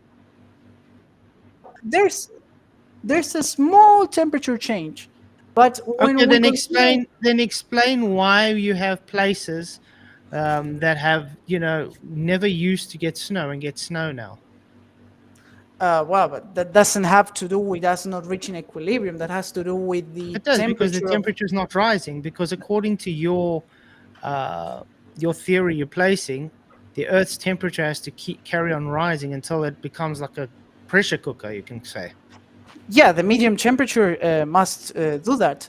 and The doesn't places, happen. yeah, but that's what I was saying. The fact that a place is cooling down inside of that system in some way or another, if it's an isolated system like a flat Earth, means that at some place, in a different place, it has to be heating up, because the energy itself of the flat Earth cannot change. There's no energy leaving if you have an isolated system. The energy So in is one leaving. place, We said, wait, that's false. Of course the No, energy we is are an leaving. We're in isolated a system. closed system because of the waters above. So there is a system outside our system. We're just in a closed system. We're not in an open system. Of course there has so to be energy. you say that energy is leaving the system. Yes, it's in a closed system. Energy always leaves the system in a Okay, closed system. so temperature is going down then because it's No, transmitting heat remember to the the sun nearby is water. inside. The sun is inside our system. Okay? Okay, But yeah. that doesn't negate the fact that the energy can leave the system. It's a closed boundary. Okay, so you do have constant matter, but temperature remains constant because of the sun. That's what you mean. Like the temperature, like you have a system that in which energy can live, but mass doesn't live. That's what you're proposing, a Yeah, closed mass system. can't live exactly as a closed system is. Okay, but in the case we proposed of the sun going around and it heating up different zones, then anything the sun heats will cause that zone to temporarily heat up, then transfer the heat to the nearby particles, and all of that process repeats a certain amount of time. I don't know, 365 days, and at some point or another, that extra temperature reaches the waters above that you were talking about, and is transmitted to the outside. We don't know what the outside is. Well, in that case, even then, due to the fact that matter cannot live, even if the temperature is not really doesn't really reach equilibrium, the mass will reach equilibrium because it cannot leave the system. So you Mass will stays the have same. Remember, whatever is started in the system as mass can never leave, so it stays the same. There is yeah, no but such thing as mass equilibrium, though. no, I refer to mass equilibrium in the sense that because mass cannot live, the equilibrium state of the system, when it comes to mass distribution, will be reached because it cannot be Impossible. perturbated No. by the outside. The outside False, is only because getting gases temperature out of it. that's also false, because the gases change densities based on the temperature. So it's going to keep on changing the volume of the volume based in the system, and therefore the mass cannot be kept constant. We're Okay, you're also having cycles like decomposition. You're having again we're having different cycles on Earth. If you leave, for instance, a tin can outside long enough, it's going to rust away. The masses are changing constantly because it's transferring the energy and transforming that energy into something else. I mean, when you, for instance, eat a banana and throw the banana peel away, it's decomposing. The masses are constantly changing. So you I don't know how to explain this to you, but it's always everything is constantly moving in different ways. So it's impossible to have equilibrium of anything. It seeks equilibrium, but it can't reach it. So can we now move on to where I'm asking you, can you show us gas pressure without containment? Because Well, I think I've but I entertained you for haven't long responded. enough now. But I haven't responded to that point though, and it's vital for Okay. what I'm going to explain, because you need in my point is that you need a force of some kind to generate a pressure gradient, and if I leave that point, then it won't make sense. You realize that, right? Because We I do have a have to point. read that point. We do Yeah. have a force. Well, but the You problem guys don't. the problem in this case is that the equilibrium, like you said, if it is reached, we will have the same pressure everywhere. So it is important to debate that, Can't because reach that. I just No, we explained to you wouldn't. why it can't reach that. I Well, just explained why. well, You're and ignoring it. that's what I'm going to be debating, because it's the main point here. No, So the main where- point here is you need to actually also converse with defending your side. I've defended now everything. We've explained it through thermodynamics that we can have pressure gradients through the thermodynamic closed system, and it will never reach equilibrium. It's seeking equilibrium, but it can't reach it because of the dynamics system we live in. I want to know how you are claiming to have your gas pressure if you don't have a contained system. well, I my have a stupid question. explanation. So Yeah. how's it Can you going? So sorry. Yeah. Just a stupid question. I'm not an expert in all that, scientific stuff. But when I think about it, I don't think there's nothing on this earth that can exist without containment. Everything has containment. The Yeah, soul has that's- containment, the body, man's containment, is Everything's environment. contained. Everything is contained. Only death. Only in death you have no containment. You have the soul going according to what we know. But everything needs a containment. That's the principle Okay. of life. You cannot have nothing without containment. Not even What gas. what do we mean by containment? A container, dude. Just that simple. Something Well, that, that's a circular holds that's a things circular together. definition. That doesn't work. A No, package. what he's trying to explain is by observation through anything, you cannot show me one thing that does not have containment. Even gas itself has containment. Containment liquids means too, of all kinds. containment means that something is stopping a certain amount of mass. In this case, it can be energy, but in this case, we're talking about mass from going to another place. That can be Not really. It defines a volume. You can move. The container can move, no problem. But it defines a volume that can expand or maybe reduce itself, but it's still containment. now we're talking about the mass that is inside of the hypothetical physical barrier container. Well, what It's stops not the gas from hypothetical. going? It's actually provable. Well, It really we're is. talking about a hypothetical case. We It's don't have going back a from map away. here. Sorry, I want to keep you on this. Can you please show me gas pressure without containment? Because that's what I actually would love. Because I've been asking Globus for 15 years now on this, and I would really like to get an answer. Well, I have to define containment first for us to talk about that. And if you agree with the definition, I can proceed. Okay. When we talk about containment and we talk, let's imagine, because I don't have right now a gas can, so it has to be a hypothetical because I don't have one right here. Imagine that we have gas inside of that gas can.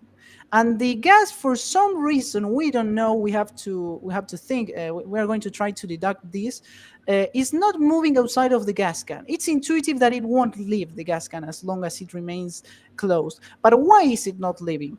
The reason is because the particles inside of the gas can are colliding with the surfaces on the inside of the container of the gas can. And so what is really causing the particles from not leaving the gas can? The force that is generated in the walls, the contact force, which in this case isn't really contact because particles never touch each other. They remain at a finite distance. I don't know the term of the force, but it's a form of electromagnetic force that doesn't allow you to touch something really, but rather being repelled from touching it. Well, the thing that is containing the particles is a force. The force of the walls that is being generated each time the gas particles collide with it is containing it. So fundamentally, what is making the particles not moving outside of the gas can is a force. So a force is what is containing it, And we can generalize this to any force. Any force can eventually contain a gas. Like if I have a perfect sphere of a certain thermodynamic potential, even if it is not a physical barrier, I can contain a gas. We cannot do that because it's practically impossible for us to generate a particular electromagnetic distribution in such way that it doesn't allow a gas to leave that place. But if we consider the definition that we just laid down, then it can happen. A force can contain a gas. Yeah. And it I can be would- any force, I would not agree- only the I would physical agree contact to a force. certain point, but I do love the fact that you are giving again an explanation using, for instance, a mug as a container, and it's just open. So Yeah, I I don't would need it. agree. The pressure's We're there, the generalizing force it. is there because of the container. Now I'm asking you, how do you have your gas without the container? Because you're giving us an example with the container now. But do you know why I start with a container? Because I'm trying to generalize the thing that I am talking about. So I start with the simplest case, which is a container, why our argument. which is our argument.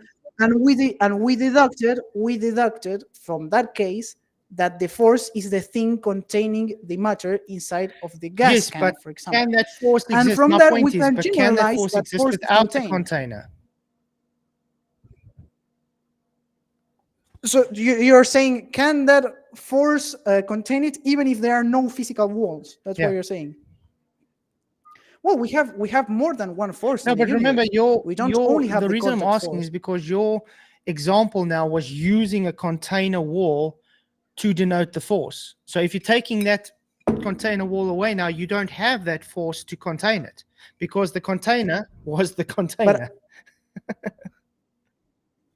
I just explained why did I use that example, because I'm trying to generalize what is making the gas contained, and from that we deducted that a force is making the gas. Yes, but remember that that's a contained. specific force based on a container. It's the force that cannot exist without a container.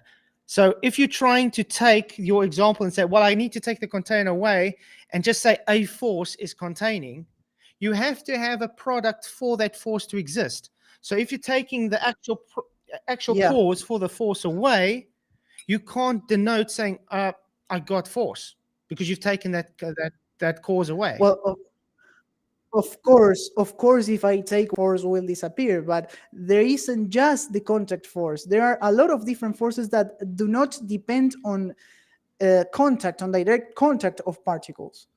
Electromagnetic forces can stop something from going in a certain direction if it opposes the direction of movement. And in that sense, if we were to generate a perfect electromagnetic jail, we would be able to contain a gas. And so that means that we can contain a gas with a force. In general, that's what I was saying. But the electromagnetic forces, are you claiming, for instance, gas is ionized? Because you can contain ionized gas with a magnetic force. Yeah. If the But you the don't gases really we need, breathe are not ionized though. So you You don't can't use the require- magnetic force to claim it's holding it in. you don't require the gas itself to be ionized, because if you have a strong enough electromagnetic field, practically any gas can become ionized. If you have That's what I'm saying. It even becomes even noble creates- gases. But that's what I'm saying. It makes it ionized. Yeah, so you're And saying we don't that breathe ionized gas. That's my whole point. So you can't claim the electromagnetic forces is what's holding it down to But Earth as a force, because we then we would be agree- breathing ionized gas. do we agree that in that case that I presented, we have electromagnetic forces acting as a container? In that case, not No. necessarily in a real life, but it's containing If the them. gas is ionized, yes. Well, that's my point. You don't only need contact forces to contain a gas. No, I agree. You require a force. I 100% Yeah. agree. But the problem is you don't have a force to make your claim. Well, we have to generalize it further now, because we don't only need forces. We need something that stops a particle in a certain position in space, I don't know, position x equals 1, from moving to position x equals 2. Forces do that. That's the natural way we think of things. A force, if you have, I don't know, someone pushing you in a certain direction, they are stopping you from moving in the direction you were trying to move. So a force can achieve that. But if we consider, we have two interpretations for gravity: the Newtonian and the relativity. But the relativity one can be approximated with the Newtonian one if you do a mathematical limit, but that's a different thing that I would prefer not to bring up because it's mathematically heavy, and I don't think anyone wants to see the whole deduction. But if considering the Newtonian gravity to exist, then we will generalize to relativity. If we consider the Newtonian gravity to exist, then it would act as a container of those gas particles because it's stopping them from moving to a certain place, like the electromagnetic force, and it's not ionizing them. Okay, so let's place it this way. You trying to evoke gravity as a force, correct?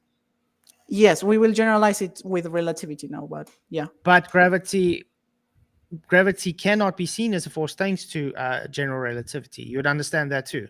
That was what I was talking about. We're going Yes, to okay. generalize it to relativity now. Yeah, so if we move it to relativity, which superseded Newtonian gravity, we cannot accept gravity as a force, so therefore gravity cannot be used to hold gas down as containment. The problem is that when we're talking about relativity, we can equate it with Newtonian gravity in certain situations.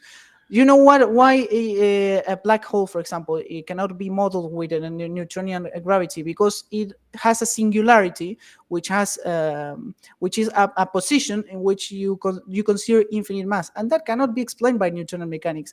In Newtonian mechanics, it makes no sense to have an infinite mass. But in relativity, when you take a limit, which doesn't mean that the mass itself is infinite, but it tends to infinity, then you can approximate from relativity to Newtonian. Matter of fact, there are proofs online that you can see, mathematical proofs, of you taking relativity and deriving Newton's law from it. So we can consider Newton's law, even though relativity would be, in our case, a pseudo force, because it isn't a force by itself, but it's the curvature of space-time. Yeah, So we can talk about Newtonian gravity. But that's you my would point. agree that a mathematic proof isn't a natural phenomena proof. Well, a mathematic proof is the strongest level of rigorosity that you can acquire. It's a logical proof. Is just it's a logical proof based on language of math. Yeah, but do you agree that language Does that mean if I make an equation that unicorn farts exist in black holes, does that mean it, because it would be based on mathematical proof, that unicorn farts really exist in a black hole? No. So because you're trying to derive gravity can be interchangeable between Newtonian as a force, general relativity not as a force, but because you wanted to be selective to containment for gas, it doesn't make it so. I can guarantee you can't even give me any scientific validation or experiment that gravity even exists. Well, I have a paper right here, and I can show it to you. But let's go with the thing that we were talking about because you presented a lot of points there. I just want to say something before to leave because I got to go. Just you know the first guy that started to talk about the Earth not being in the center of the universe and that there might be life on other planets. It's called Nicholas of Cusa.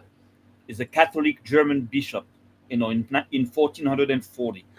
And that proves also that the world didn't believe in it because he just said that. So the thing is that that guy put all this knowledge into a book that he called Learned Ignorance. And this is very important to know because you can teach people ignorance. You can make them ignorant with knowledge, with fake knowledge, with fake gibberish, with fake science. And you can make them feel like they know a lot of things, but actually it's nothing. It's all fake. It's all it's ignorance. You understand? I agree with that. So that's interesting to know. You just check it out. Learn ignorance. This is what I didn't write it. This is that guy.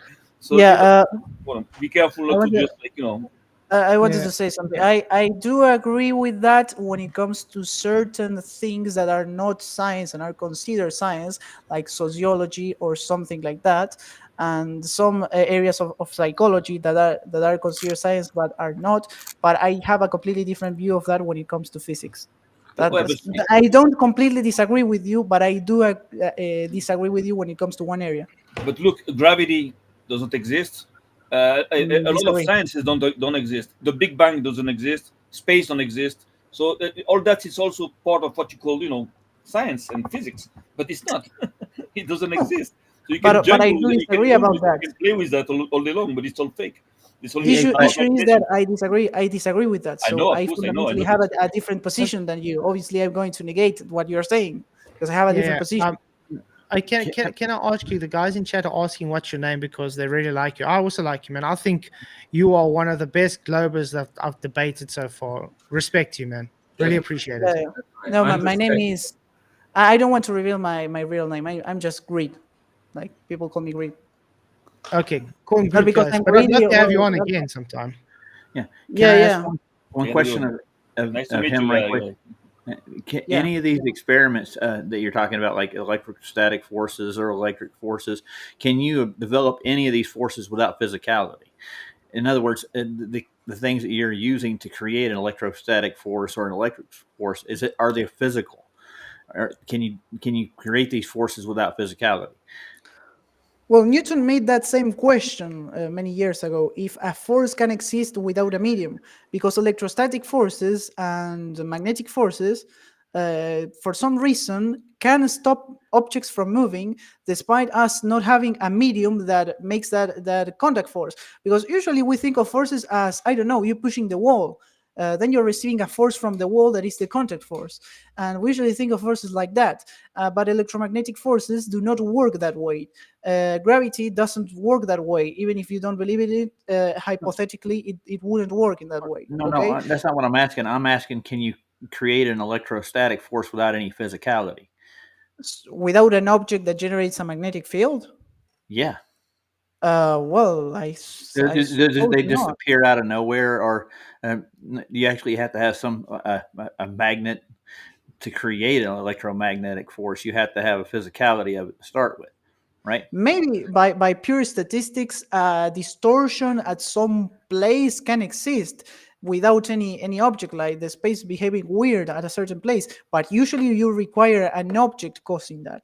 So That's in, what in I that was sense, trying to yeah, get to. I'm you trying to get to a require something physicality, physical. Yeah. something we can demonstrate. So physics is demonstratable. Am I right, or is it all theoretical physics? Is where I'm going. So Part far, of I've physics heard nothing but theoretical about it. So Part of physics depends on theory because you require math to do physics. If you don't have math, you cannot make any calculations, relations. Like if you don't have math, you don't have physics. well, That's I the didn't say problem. anything about math. I'm talking about actual demonstrations in physics. Math is just an equation that you can actually show how it happens. It's a It's a part of physics, though. It's the theory part of physics, not the physical part of physics, and you need yeah. it So because it's really they important. describe the physical part of physics with math. That's what I'm saying. I wouldn't agree that mathematics work as a description because you can deduct things from mathematics more than just describe. For example, the usual example that is used is the Pythagorean theorem. By just measuring the opposite side and the adjacent side, I have the length of the hypotenuse, even though I didn't measure it. And so mathematics can lead us to deduct things about the world even without measuring them, because it creates conditions that are extremely strong because they are based on logic, which is the strongest foundation of knowledge of humans that we have beyond physics, beyond anything. Logic is above everything. And math is a part of logic that deals with quantities. And in that sense, math may be even more important than physics. So these theoretical things that you talked about, like made up things, no, they are not made up. They are I'm not very saying they're important made up. things. I just said mathematics was a measurement or an equivalent. It's equivalent to a measurement. It's that's all it is. I would It's But still they've more than taken that. It's much No. more It's than not that. like- You can deduct things using mathematics. Okay, a lot of give things. me a real good example in physics where you use mathematics to deduce what you didn't do in the physical. Easy. I have a car moving at a certain speed, and Okay. I say the car hasn't moved yet, but I know the speed, and I tell you, where is it going to be in 6 seconds? That didn't happen yet. We don't know where the car will be. We haven't seen the car in that position it will be in 6 seconds. But with the velocity and with the time, you multiply velocity times time, and you get the distance. Yeah, And but from in that, we order can to deduct get where the car will be using mathematics. The mathematics told us where the car will be. We deducted something. well, yeah, yes, but the actual act creates the physics, right? What You are you wouldn't get the referring to? results without doing the said travel, correct? So So in I didn't quite reality, get it. you Sorry? can deduce where it's going to be. That doesn't mean you're actually going to do. You have to actually physically do the work What to I get a don't result understand. I to don't compare understand. to your mathematics. Do you think I You need saying to see the mathematics car is a there? description. Sir, Do you think it's that I pretty need? good. So listen, he's You're- saying mathematics is a description that's only used to describe things in reality. Without the thing that's described in the mathematics in reality, it's not real. It's just a concept. Well, Ding. but we So just deducted physics, where the car will be. so physics is not requiring mathematics. It's mathematics that is requiring this physics because physics is what mathematics is describing. You're trying to Okay. make an argument that is saying that physics need mathematics when they don't. Physics is not what mathematics is describing. Mathematics describes a lot of things that are not necessarily physical. No, Like, mathematics is only a conceptual measure of things that is described in physics. Physics doesn't require mathematics to be true. Yeah. Mathematics, listen, sir, listen very carefully. This is where you're getting confused. Mathematics is a conceptual measure. Without physics, without physical reality, mathematics is only a concept in logic. So physics Okay. doesn't require mathematics. Physics require demonstration. but are you I saying that if we agree. don't have physical reality, we don't have math? Well, if we don't have physical reality, we don't exist. No, No, no. Like What that he's only saying physical is exists. reality will no. always be there either with or without mathematics, sir. Yeah, the It will always mathematics be is there. just a language. Mathematics is just a language. It's just there to describe. But It's what? the same what does- as, for instance, you can have someone talking in Chinese, you can have someone saying in Spanish. They'd have different languages, but they're describing the same thing. Mathematics is just a language used to describe things. So you can use maths to describe physics. You can use Pro- maths to describe observation, but it doesn't problem mean that it doesn't exist if maths doesn't exist. Maths is just to talk. It's just describing what's happening. Maths problem is doesn't that cause the thing. That's what he's saying. problem is that we just deducted something using mathematics, something that is only meant to describe. How did we do that? You just describe what you can actually do in the physical world. That's basically it, dude. That's There's correct, nothing yeah. else. No, But- I but didn't. can we- I can we deducted get something back- using mathematics. Like you But I would remember love my to. example? But I'd love to get back to the actual format that we had, the one-on-one, and then I would love to. Would you be able to show me the scientific hypothesis and experiment for gravity? Well, we were talking about containers, so in that sense, we said that the existence of a pressure gradient in itself proves that gravity exists. Yeah. No, but that's not my point. Remember, you are evoking gravity for the Yeah. containment. So to evoke gravity, you're going to have to show me that gravity can be shown. And I'm simply telling you, gravity is not shown because there's no science for gravity. I'm making a univocal relationship. I'm saying not only can the container only the pressure gradient only exist with gravity, but also that if the pressure gradient exists, then gravity must exist. I'm making a relationship of if one thing happens, the other must happen too. Because But the that's two things circular are- reasoning.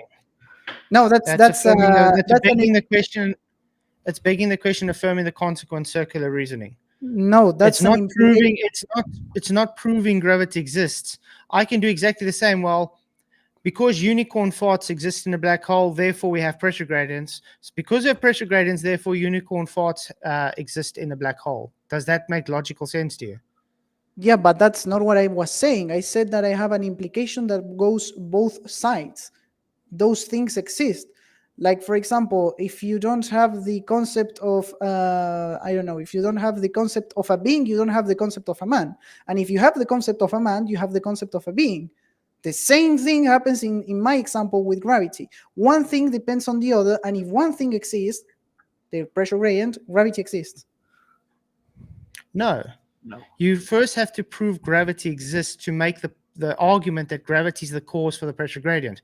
We already explained earlier using the closed dynamic system that you can have pressure gradients due to the dynamics of the how everything works. Well, I So disagree we with gave that. an example how the pressure gradients happen in a closed system due to the dynamics.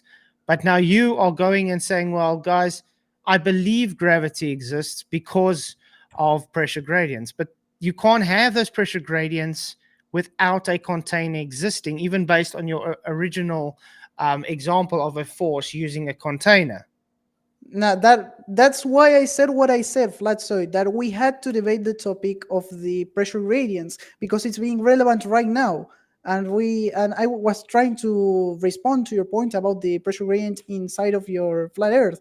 I was trying to say that it was wrong, but we diverged to another topic. I wanted to talk about that topic because it's related to what we're saying now.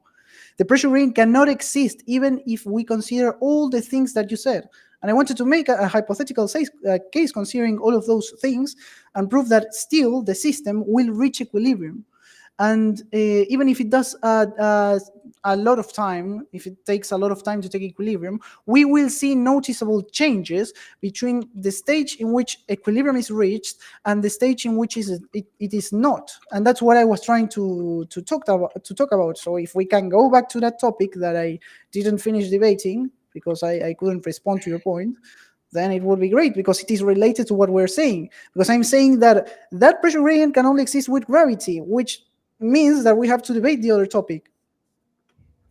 Hello, Again, guys. I didn't want to interrupt. Just hello, everyone. Hey, thanks. Good to see you, man. The thing is, based on all gas laws, the pressure gradient will exist in a container. You even agreed with me when we said about the different dynamics based on temperature, volume, and pressure. Those three things combined, continually changing, make the pressure gradient. Now you're running away from you made a positive claim that you do not need a container to have this pressure gradient. But that's where I disagree with you, because if you're making the positive claim that goes against the second law of thermodynamics, well, you, by God, have to prove it to me. Not just say, I want to talk about pressure gradients in a closed system, which I believe doesn't exist.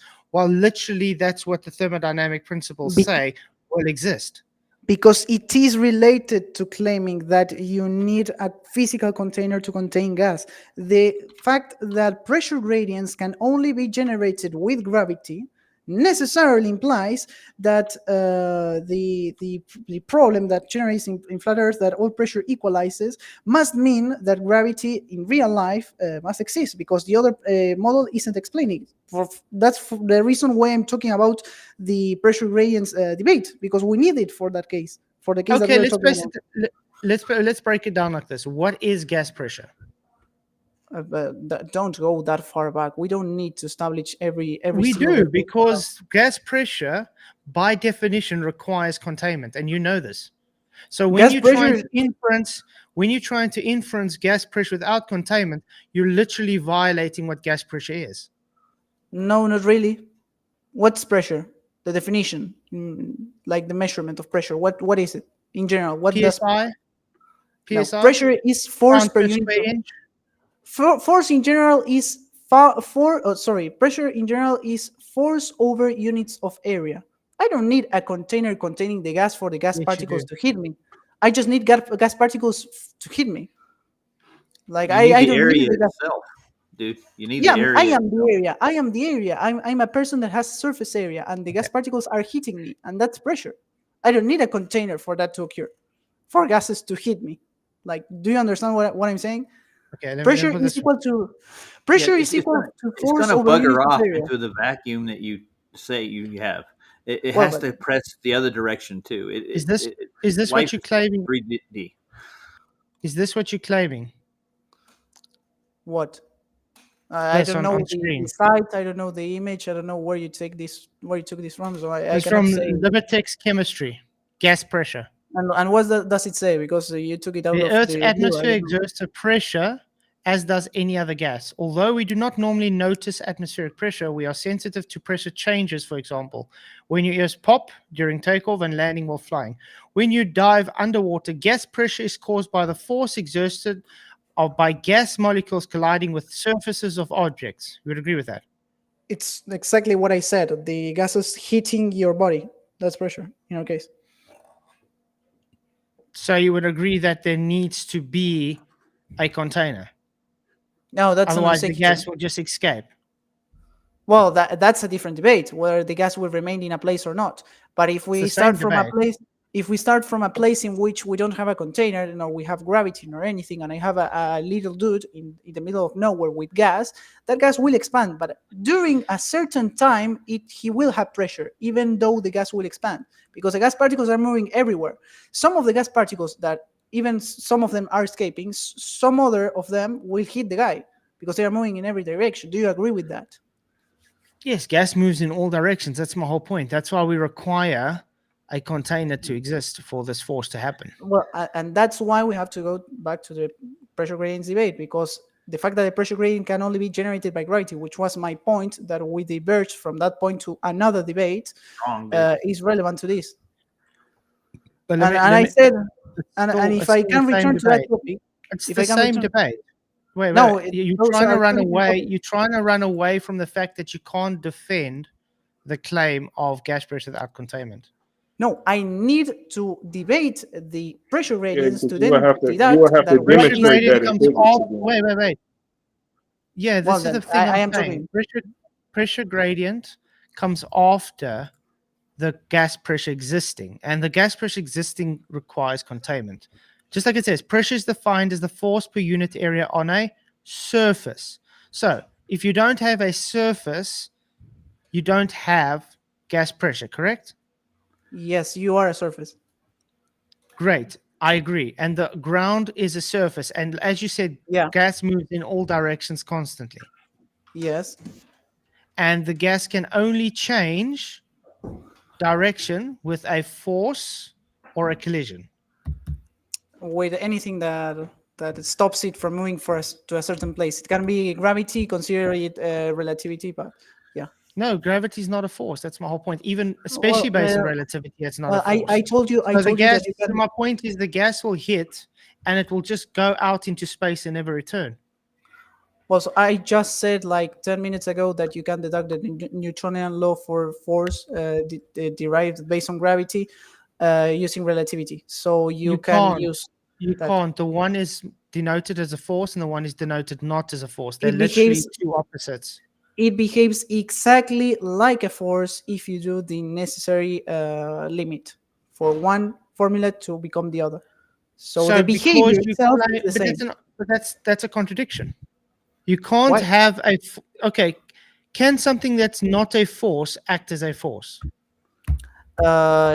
Act as a there are a lot of things that can act as things that they are not. For example, if you start barking, you can act like a dog, but you're not a dog. Like I don't know. But does that make it a dog though? No, but it is imitating a behavior of the dog, which is barking. So let's put it this way: if gravity is not a force, how can it act as a force? By restricting movement in a certain direction and adding acceleration on the particles, which is the same as a force does. The force. Would you agree in physics? No, but would you agree in physics? You require an actual force to cause the change in direction. As something behaving like a force, not necessarily a force. You would require a force to change vector. No, not really. We require something behaving as a force. A force is a subset of the things. Wait. In physics, you require a force, not you require something acting as a force. It's either a force which. Okay, let's put it this way. What is force? In force physics. is a change in momentum in So F equals ma. over change in time. That's the definition that Newton gave us. Yes, F equals ma. No, So it's how not the can same. you? Yes, It's force not the equals the same as mass I to said. accelerate. The It's force not the causes the same. mass to accelerate. Those are two different things, Newtonian though. second law Two of different laws. motion. Newtonian's the law of motions. Are you saying it's wrong?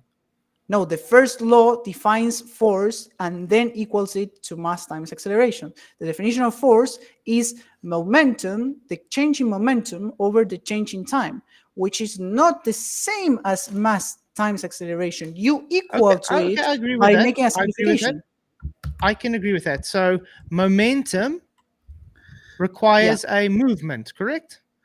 Yeah, it's mass time velocity. That's the definition of A momentum. movement of what? Something, anything. Can be something physical. Of mass. Yeah, yeah. Great. So F equals ma. Mass times, yeah, that's the second law. But I'm telling you that the definition of force is change of momentum over change in time. That the two Great. things are So true. there we You go. know, So we require a movement of mass yeah, to happen, which an requires a force. acceleration. But Or you well, agree you need a force for that to happen. it mustn't necessarily cause acceleration because, for example, I can have something moving forward that is being stopped from moving forward due to friction, but there are two forces happening, even if they cancel each other. So I don't need necessarily acceleration, but the formula is right. Force equals mass times acceleration. Yeah, I do agree with that. And gravity is not a force, so it can't act as changing momentum because in physics, you need an actual force for momentum to happen. No force, no momentum change. Force just equals mass times acceleration. That means something accelerating or two things canceling each other. Gravity can do that even if it is not a force like electromagnetic force or the contact force. Gravity can change the acceleration of an object, even if it's not a force. Do you agree with that? If you consider That it goes relative- against physics. That goes against Newton's laws of motion. No, if it behaves like a force, if it changes the acceleration of something for a certain mass, it is behaving like a force, and gravity does that, even if it neutron. So we can go back to earlier when we spoke about temperature. You claiming again temperature is a force. What does one thing have to do with the other? You just said if something can act as a force without being a force, it causes momentum to happen. Therefore, it can be considered a force. So Yeah, but temperature causes momentum. Does that mean temperature is now a force? Temperature doesn't cause momentum. Temperature is kinetic energy, which is a form of momentum. Like it doesn't So cause it's not a force. No, it is. It is momentum in this case. It is not a force. There's a difference between causing something and being the thing that is being caused. Does temperature cause momentum? No, Of a gas. So it doesn't cause gas to move faster. No, it is. It is. It doesn't cause it. It is. Temperature Of course is the it movement. causes it. Temperature causes gas kinetic energy to increase, which causes the velocity to increase. That's what it causes momentum. No, the definition of temperature is about kinetic energy. Do we agree with that? Yes. Well, but I'm trying to explain to you how you are contradicting yourself. Because you're telling us temperature cannot be a force, while literally telling us temperature is acting as a force, just like you're saying gravity is acting as a force while it's not a force. You're getting it wrong. In this case, the temperature is the movement, not what causes the movement. Temperature is, not causes. Temperature is. Do you understand the distinction between causing something and being the thing that is No, caused? the temperature isn't the movement. That's false. It is defined as the median of the kinetic energy. No, It's the movement. It's the result of it, dude. It's the result It's of the the result. collision. Yes, Well, the kinetic energy is the result of the temperature induced. Temperature itself is not the energy. The temperature of a system is defined as the kinetic energy of its particles. So it is the velocity. It is the movement. Temperature it's is not. the velocity. It's the cause. Okay, Do you disagree with my definition of let me temperature? place it this way. Let me place it this way. If you take a gas molecule and you heat it up, is it now going to have a faster velocity? If I heat it up, yeah, it will have a faster velocity. Okay. So how much velocity if I put 100 centigrade? of temperature. Yeah, well, I have to know specific characteristics of the molecule, the density, My point is, the temperature isn't. Now, for me to know the the kinetic cause. energy exactly, which is temperature defined as the kinetic energy, which are two different things, I do need the kinetic energy. But temperature is defined as kinetic energy multiplied by something. It is, even though I don't have one of those things. So it is caused by temperature. Like the kinetic energy is the temperature in this case. No, it's caused by the temperature. The kinetic energy is the excitement of the gas is caused by the temperature. That's what the kinetic energy is. Let's say that hold on 2 seconds. If you ask Google, is temperature movement? It says yes, temperature is related to movement of molecules, but it's not the movement of the object itself. Well, Google can tell you that communism is good, so I wouldn't take it as a reference. But I'm just saying. If you, you can get any science textbook; it'll tell you the same thing. Well, yeah, but that's what I'm disagreeing with you about what temperature is. Temperature is kinetic energy multiplied by something. You live in a philosophy, not in an Yeah, but experiment. you're false equivocating. My point is you're false equivocating temperature as the kinetic energy. It isn't. Well, it's denoted by the temperature in its movement. Well, the temperature is the cause. The temperature is the cause of that kinetic energy. Just like it's this, like what I'm trying to get back to the gravity. The gravity is not a force, so it can't act as a force. It's a total contradiction. Let's do a test so you can see my point. What's the difference between temperature and kinetic energy? Kinetic energy is the movement based on the temperature given. Yeah, but now define temperature. Energy introduced. You have made a circular definition. You defined energy. You defined energy with temperature and temperature with energy. Temperature is just a unit given of energy introduced. Okay, the kinetic energy is the movement based on that energy introduced into the system. It's not energy introduced. You're talking about heat, not temperature. Energy introduced is heat, not temperature. Those are two different things. Yes, temperature is denoted by heat. No, temperature and heat are it's not a unit by heat. All. Temperature is literally denoted by heat. No, heat is a form of work created by particles colliding with each other. Thermo is what? Thermo in thermodynamics, what does thermo stand for? I suppose temperature. Yeah. What is temperature? Heat. No, it is not. How can you? Yes, it is. How can you say that temperature thermo means heat? This is something that you see literally in the first units of heat any thermodynamics. Dynamics. That's what thermodynamics is. It's temperature dynamics, heat dynamics. But temperature isn't heat. This is something that you see in the first pages of any thermodynamics textbook. It is not heat. Temperature and heat are two different things. For starters, even Professor Bell tells you, temperature is the measurement of kinetic energy. It's a thing, not a measurement. That's what I'm telling you. Yeah, thank you. He's literally agreeing with what I said. Because no, he's agreeing with what I'm saying. What does that say? That temperature denotes kinetic energy, which is literally what I said. Temperature is the measurement of the kinetic energy. You saying temperature is the kinetic energy. I'm telling you it's representing, not. Let's say, representing a certain word in a different language, does that change the content that we're talking about? If I take a word, a concept, and I represent it in a different language, because you said that temperature is the measurement of the kinetic energy, right? Mm-hmm. So it is a way in which we express the kinetic energy. So in an analogous way, if I take a certain concept and I say it in two different languages, is the thing that I'm referring to different? The fundamental thing that I'm referring to, if I say it in Chinese or in Russian, is the thing different? No, and that's why I'm saying that temperature is the same as kinetic energy, because temperature is what denotes the kinetic energy in this case. It's like the word representing the thing. But the two things have the same content, even though they are two different representations of the same thing, which is the movement of the particles. Kinetic energy, movement. Temperature, movement. Even though temperature is a measurement of the kinetic energy, the two things are identical in this case. Oh, God. Okay. So take a match, for instance, right? Strike your match. you put kinetic energy into the match, right? And it causes a temperature change, correct? The temperature is not the kinetic energy you put into it. Am I correct? The You're temperature talking is a about reading of what is expended with the energy. what's the It kinetic causes energy that you put temperature in. change. Let's see the process. What's the kinetic energy you put in? What's in which part do you put the kinetic energy? What specific aspect of it is?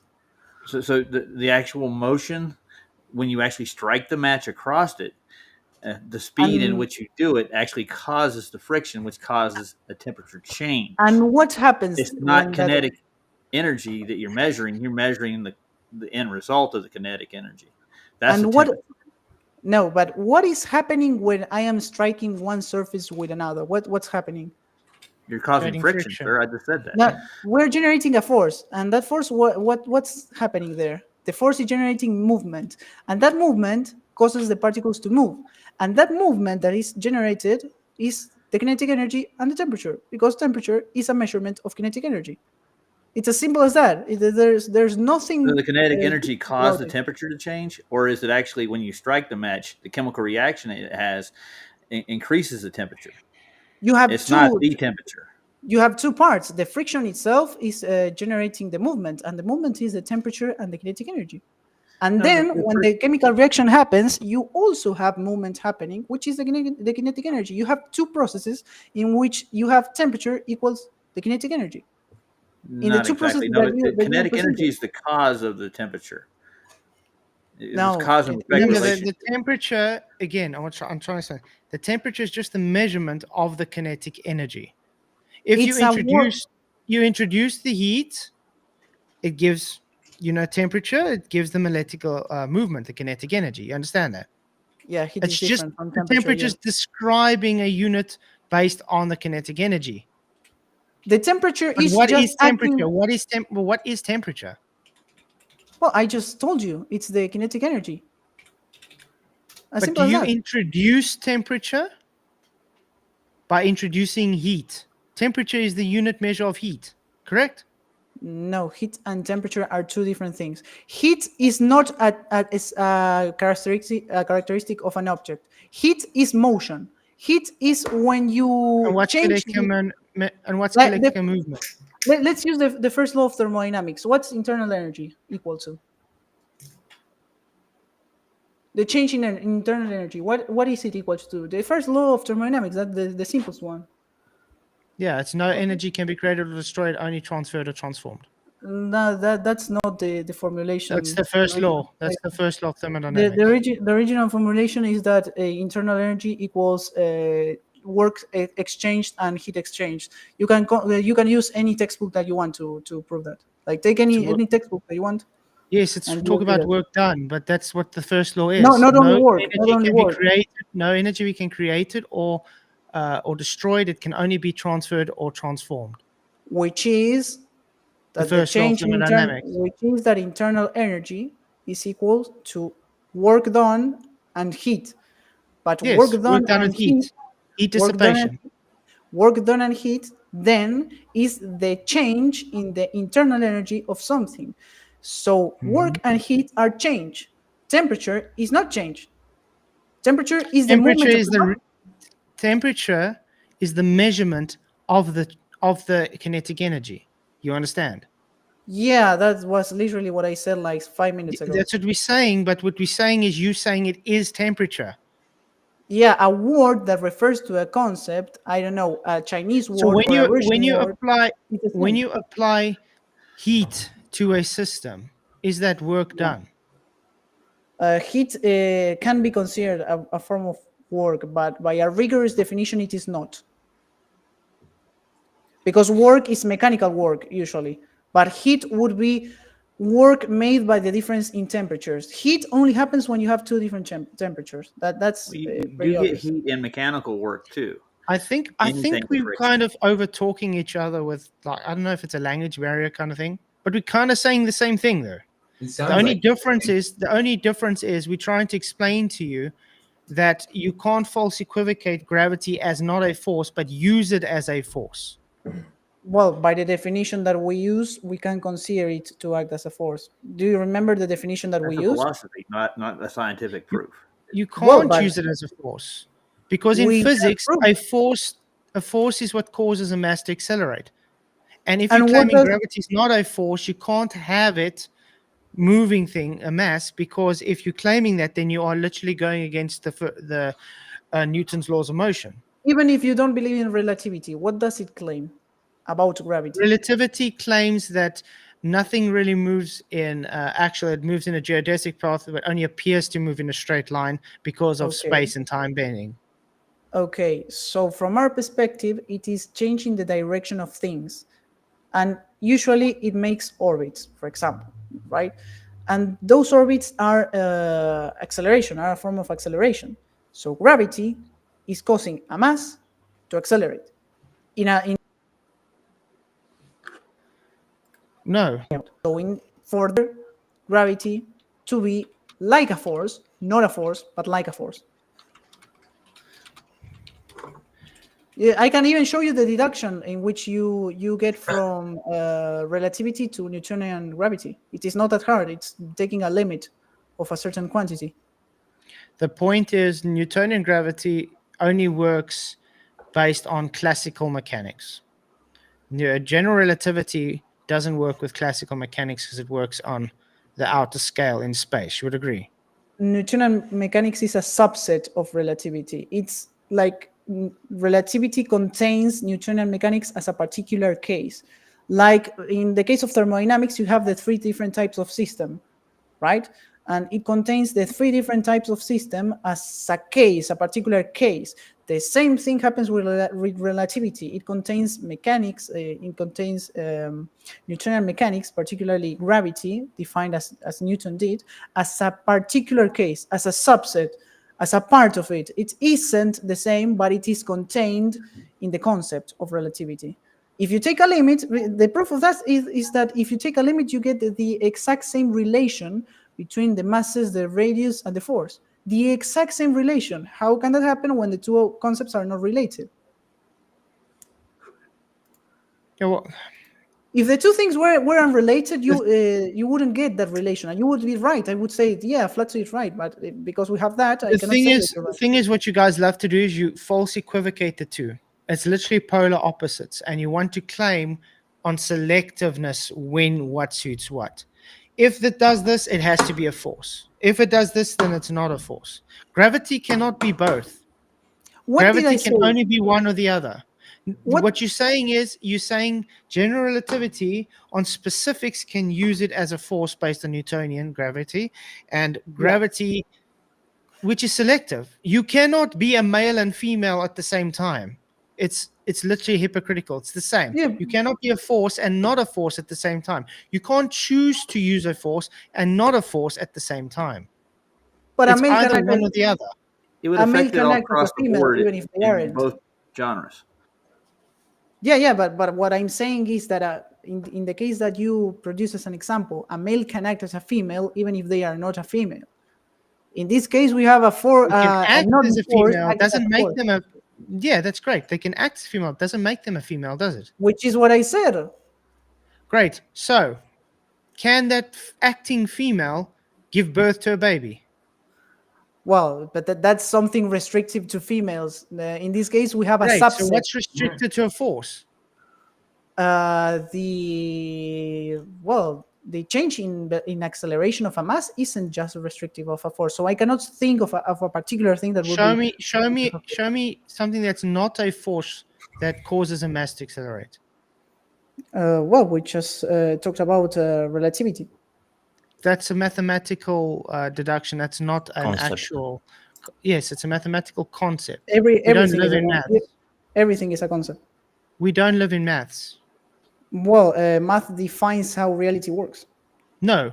Yeah. Math describes. It's a language. So when I say, let me, for instance, take this thing. You would agree that we can mathematically explain why it falls. Why? No, we can say that given the acceleration, it will be at a certain place. Yeah, but no, we cannot say why it falls. So you can't use math to explain why it falls. Why? No, that's physical. The reason Great. why something So you happens can't is use. So you can agree you can't use gravity to explain why it falls. Sorry, you broke up there. well, But that's gravity, my point. So you gravity is understand. not just math. I just want to point out. You are saying that you can't use math to explain why it falls. You just explain that it does fall using math. Because I need a cause. What I can do with math, what can I do with math? Tell me. In that case. Describing. You're just describing. If I know the acceleration of the object, right? I know the acceleration. Let's say that I ask you where it's going to be in 3 seconds. Can you tell me that using math? Depends on the height, obviously. No, because it has no. potential energy. It has let's say it has a constant. Let's say it has a constant acceleration. The object has a constant acceleration, and I tell you where is it going to be in 3 seconds? Can you tell me the answer to that question? You can probably mathematically explain, yes. No, you can deduct it. Yes, you can. It's the same as when you take a rifle and you use your MOA. You will know using a certain minute of angle where the bullet's going to land because it's got a trajectory. It's got drop. How do I know that using something that only describes? How can I deduct things about reality using something that only describes? Because it describes. It's a language. It's describing what happens. It's saying it's the same. Yes. It's you can use the math to say, if I let this go, it's going to drop at this speed. Great. Now, I can say, well, guys, let's use it in another language. I'm going to say it in Afrikaans. Julle as ek hierdie laat val, sal hy val so vinnig val. I can say it in English. If I let this fall, it will fall at a certain speed. In the maths, I just explained it in Afrikaans and English. It is said exactly the same thing, just another language. Math is just a language. It's just used in physics to describe how the action works. Can you use Afrikaans or English as a method to deduct when it's going to be in 6 seconds? If you can't, the comparison doesn't work. I can say in Afrikaans, in an hour's time, the sun will set. Correct? You can say it. That doesn't mean it will happen, but maths deduct it and it happens. And maths, I can write a mathematical equation to say in an hour the sun will set, correct? You can write whatever you want. That doesn't mean it's math. Well, math's telling me that. That's the whole point. Math is just a language. It's just a descriptive language. Now, math is used in physics to quantify and to explain a phenomena happening, correct? Wait. If I use logic to say something that is wrong, and You think he's having problems?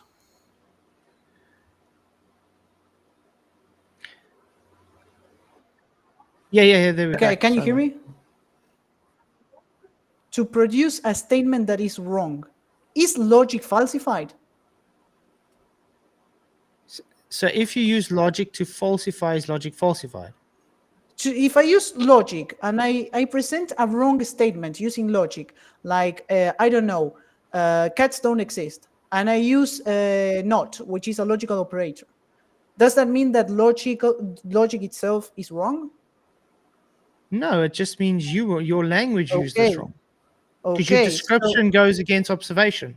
No, I said something wrong using logic. Do we agree on that? I said No, something it wasn't wrong logical at all. It's a false equivalence. That wasn't logical because a logical statement would imply what is observed.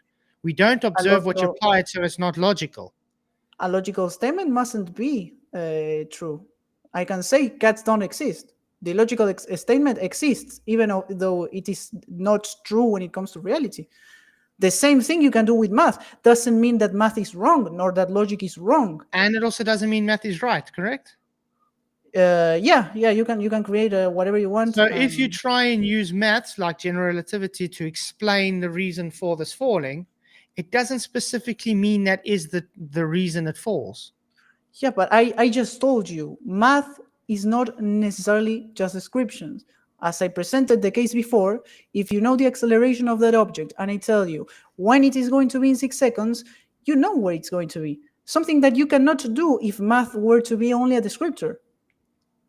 I 100% agree, but that's what I'm saying. Math is describing what's happening. That's why math is used in physics, because it's describing what will Not only happen at a certain. describing, not deducting is It's not the same as explaining. It describing. is. If you didn't use the math, you wouldn't know, because it wouldn't tell you what happens.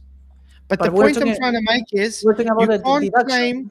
The point what I'm making is you can't claim general relativity, which is mathematical based, saying because the maths says this, it's real. It doesn't specifically mean this is how it is. I mean, I've made this argument before.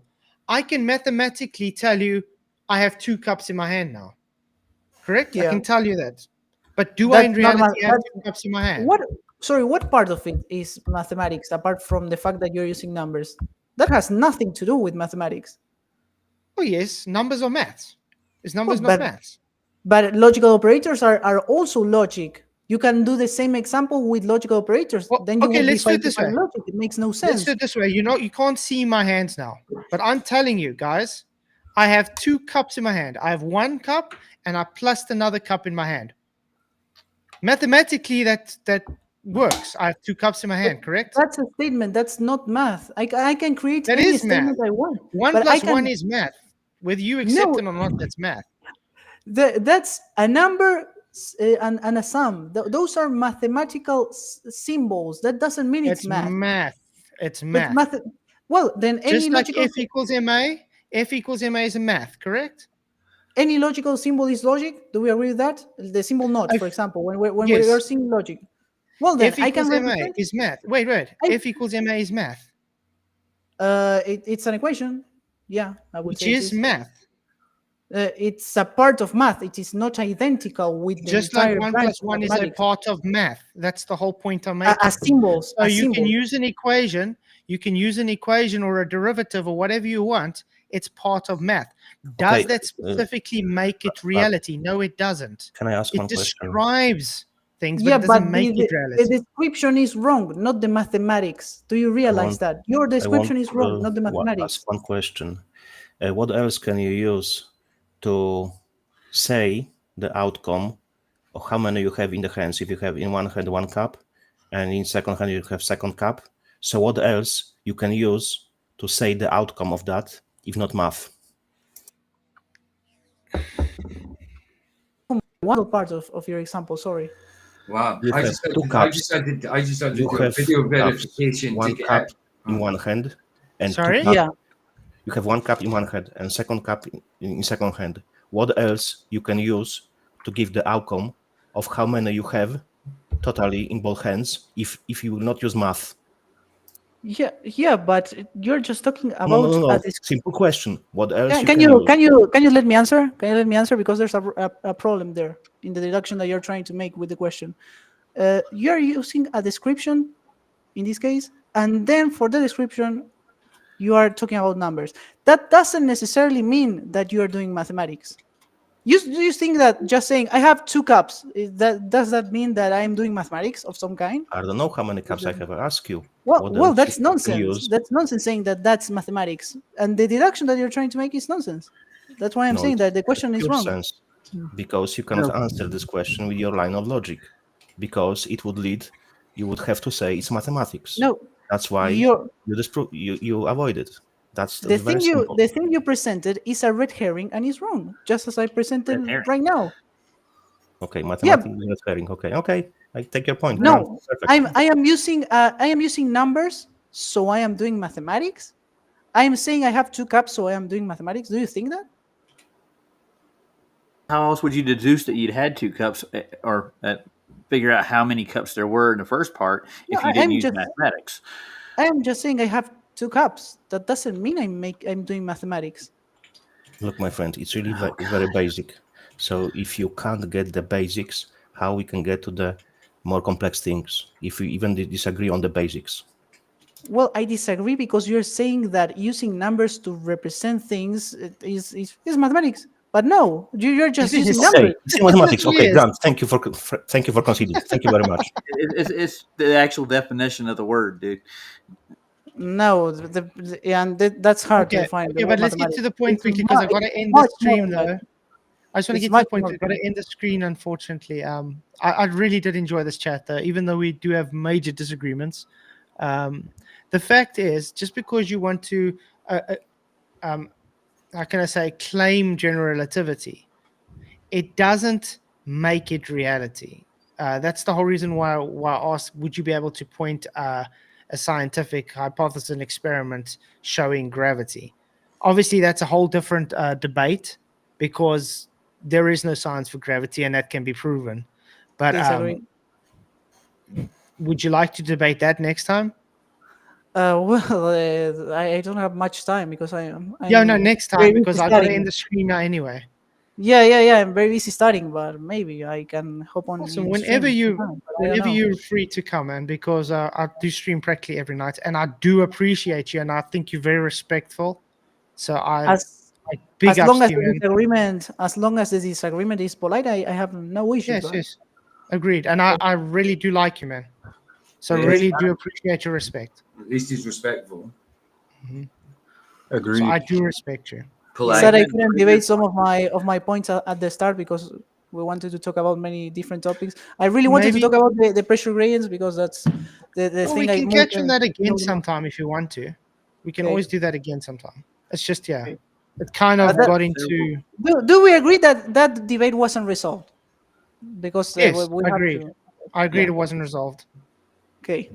I have other variables I want to throw into your gradient package too. You want to go with that? There's a lot more to a gradient than Leave just it in one. the comments. Leave it in the comments of this of the Or stream. write I'll it try to- down. and wait I'd for rather another do day. it live.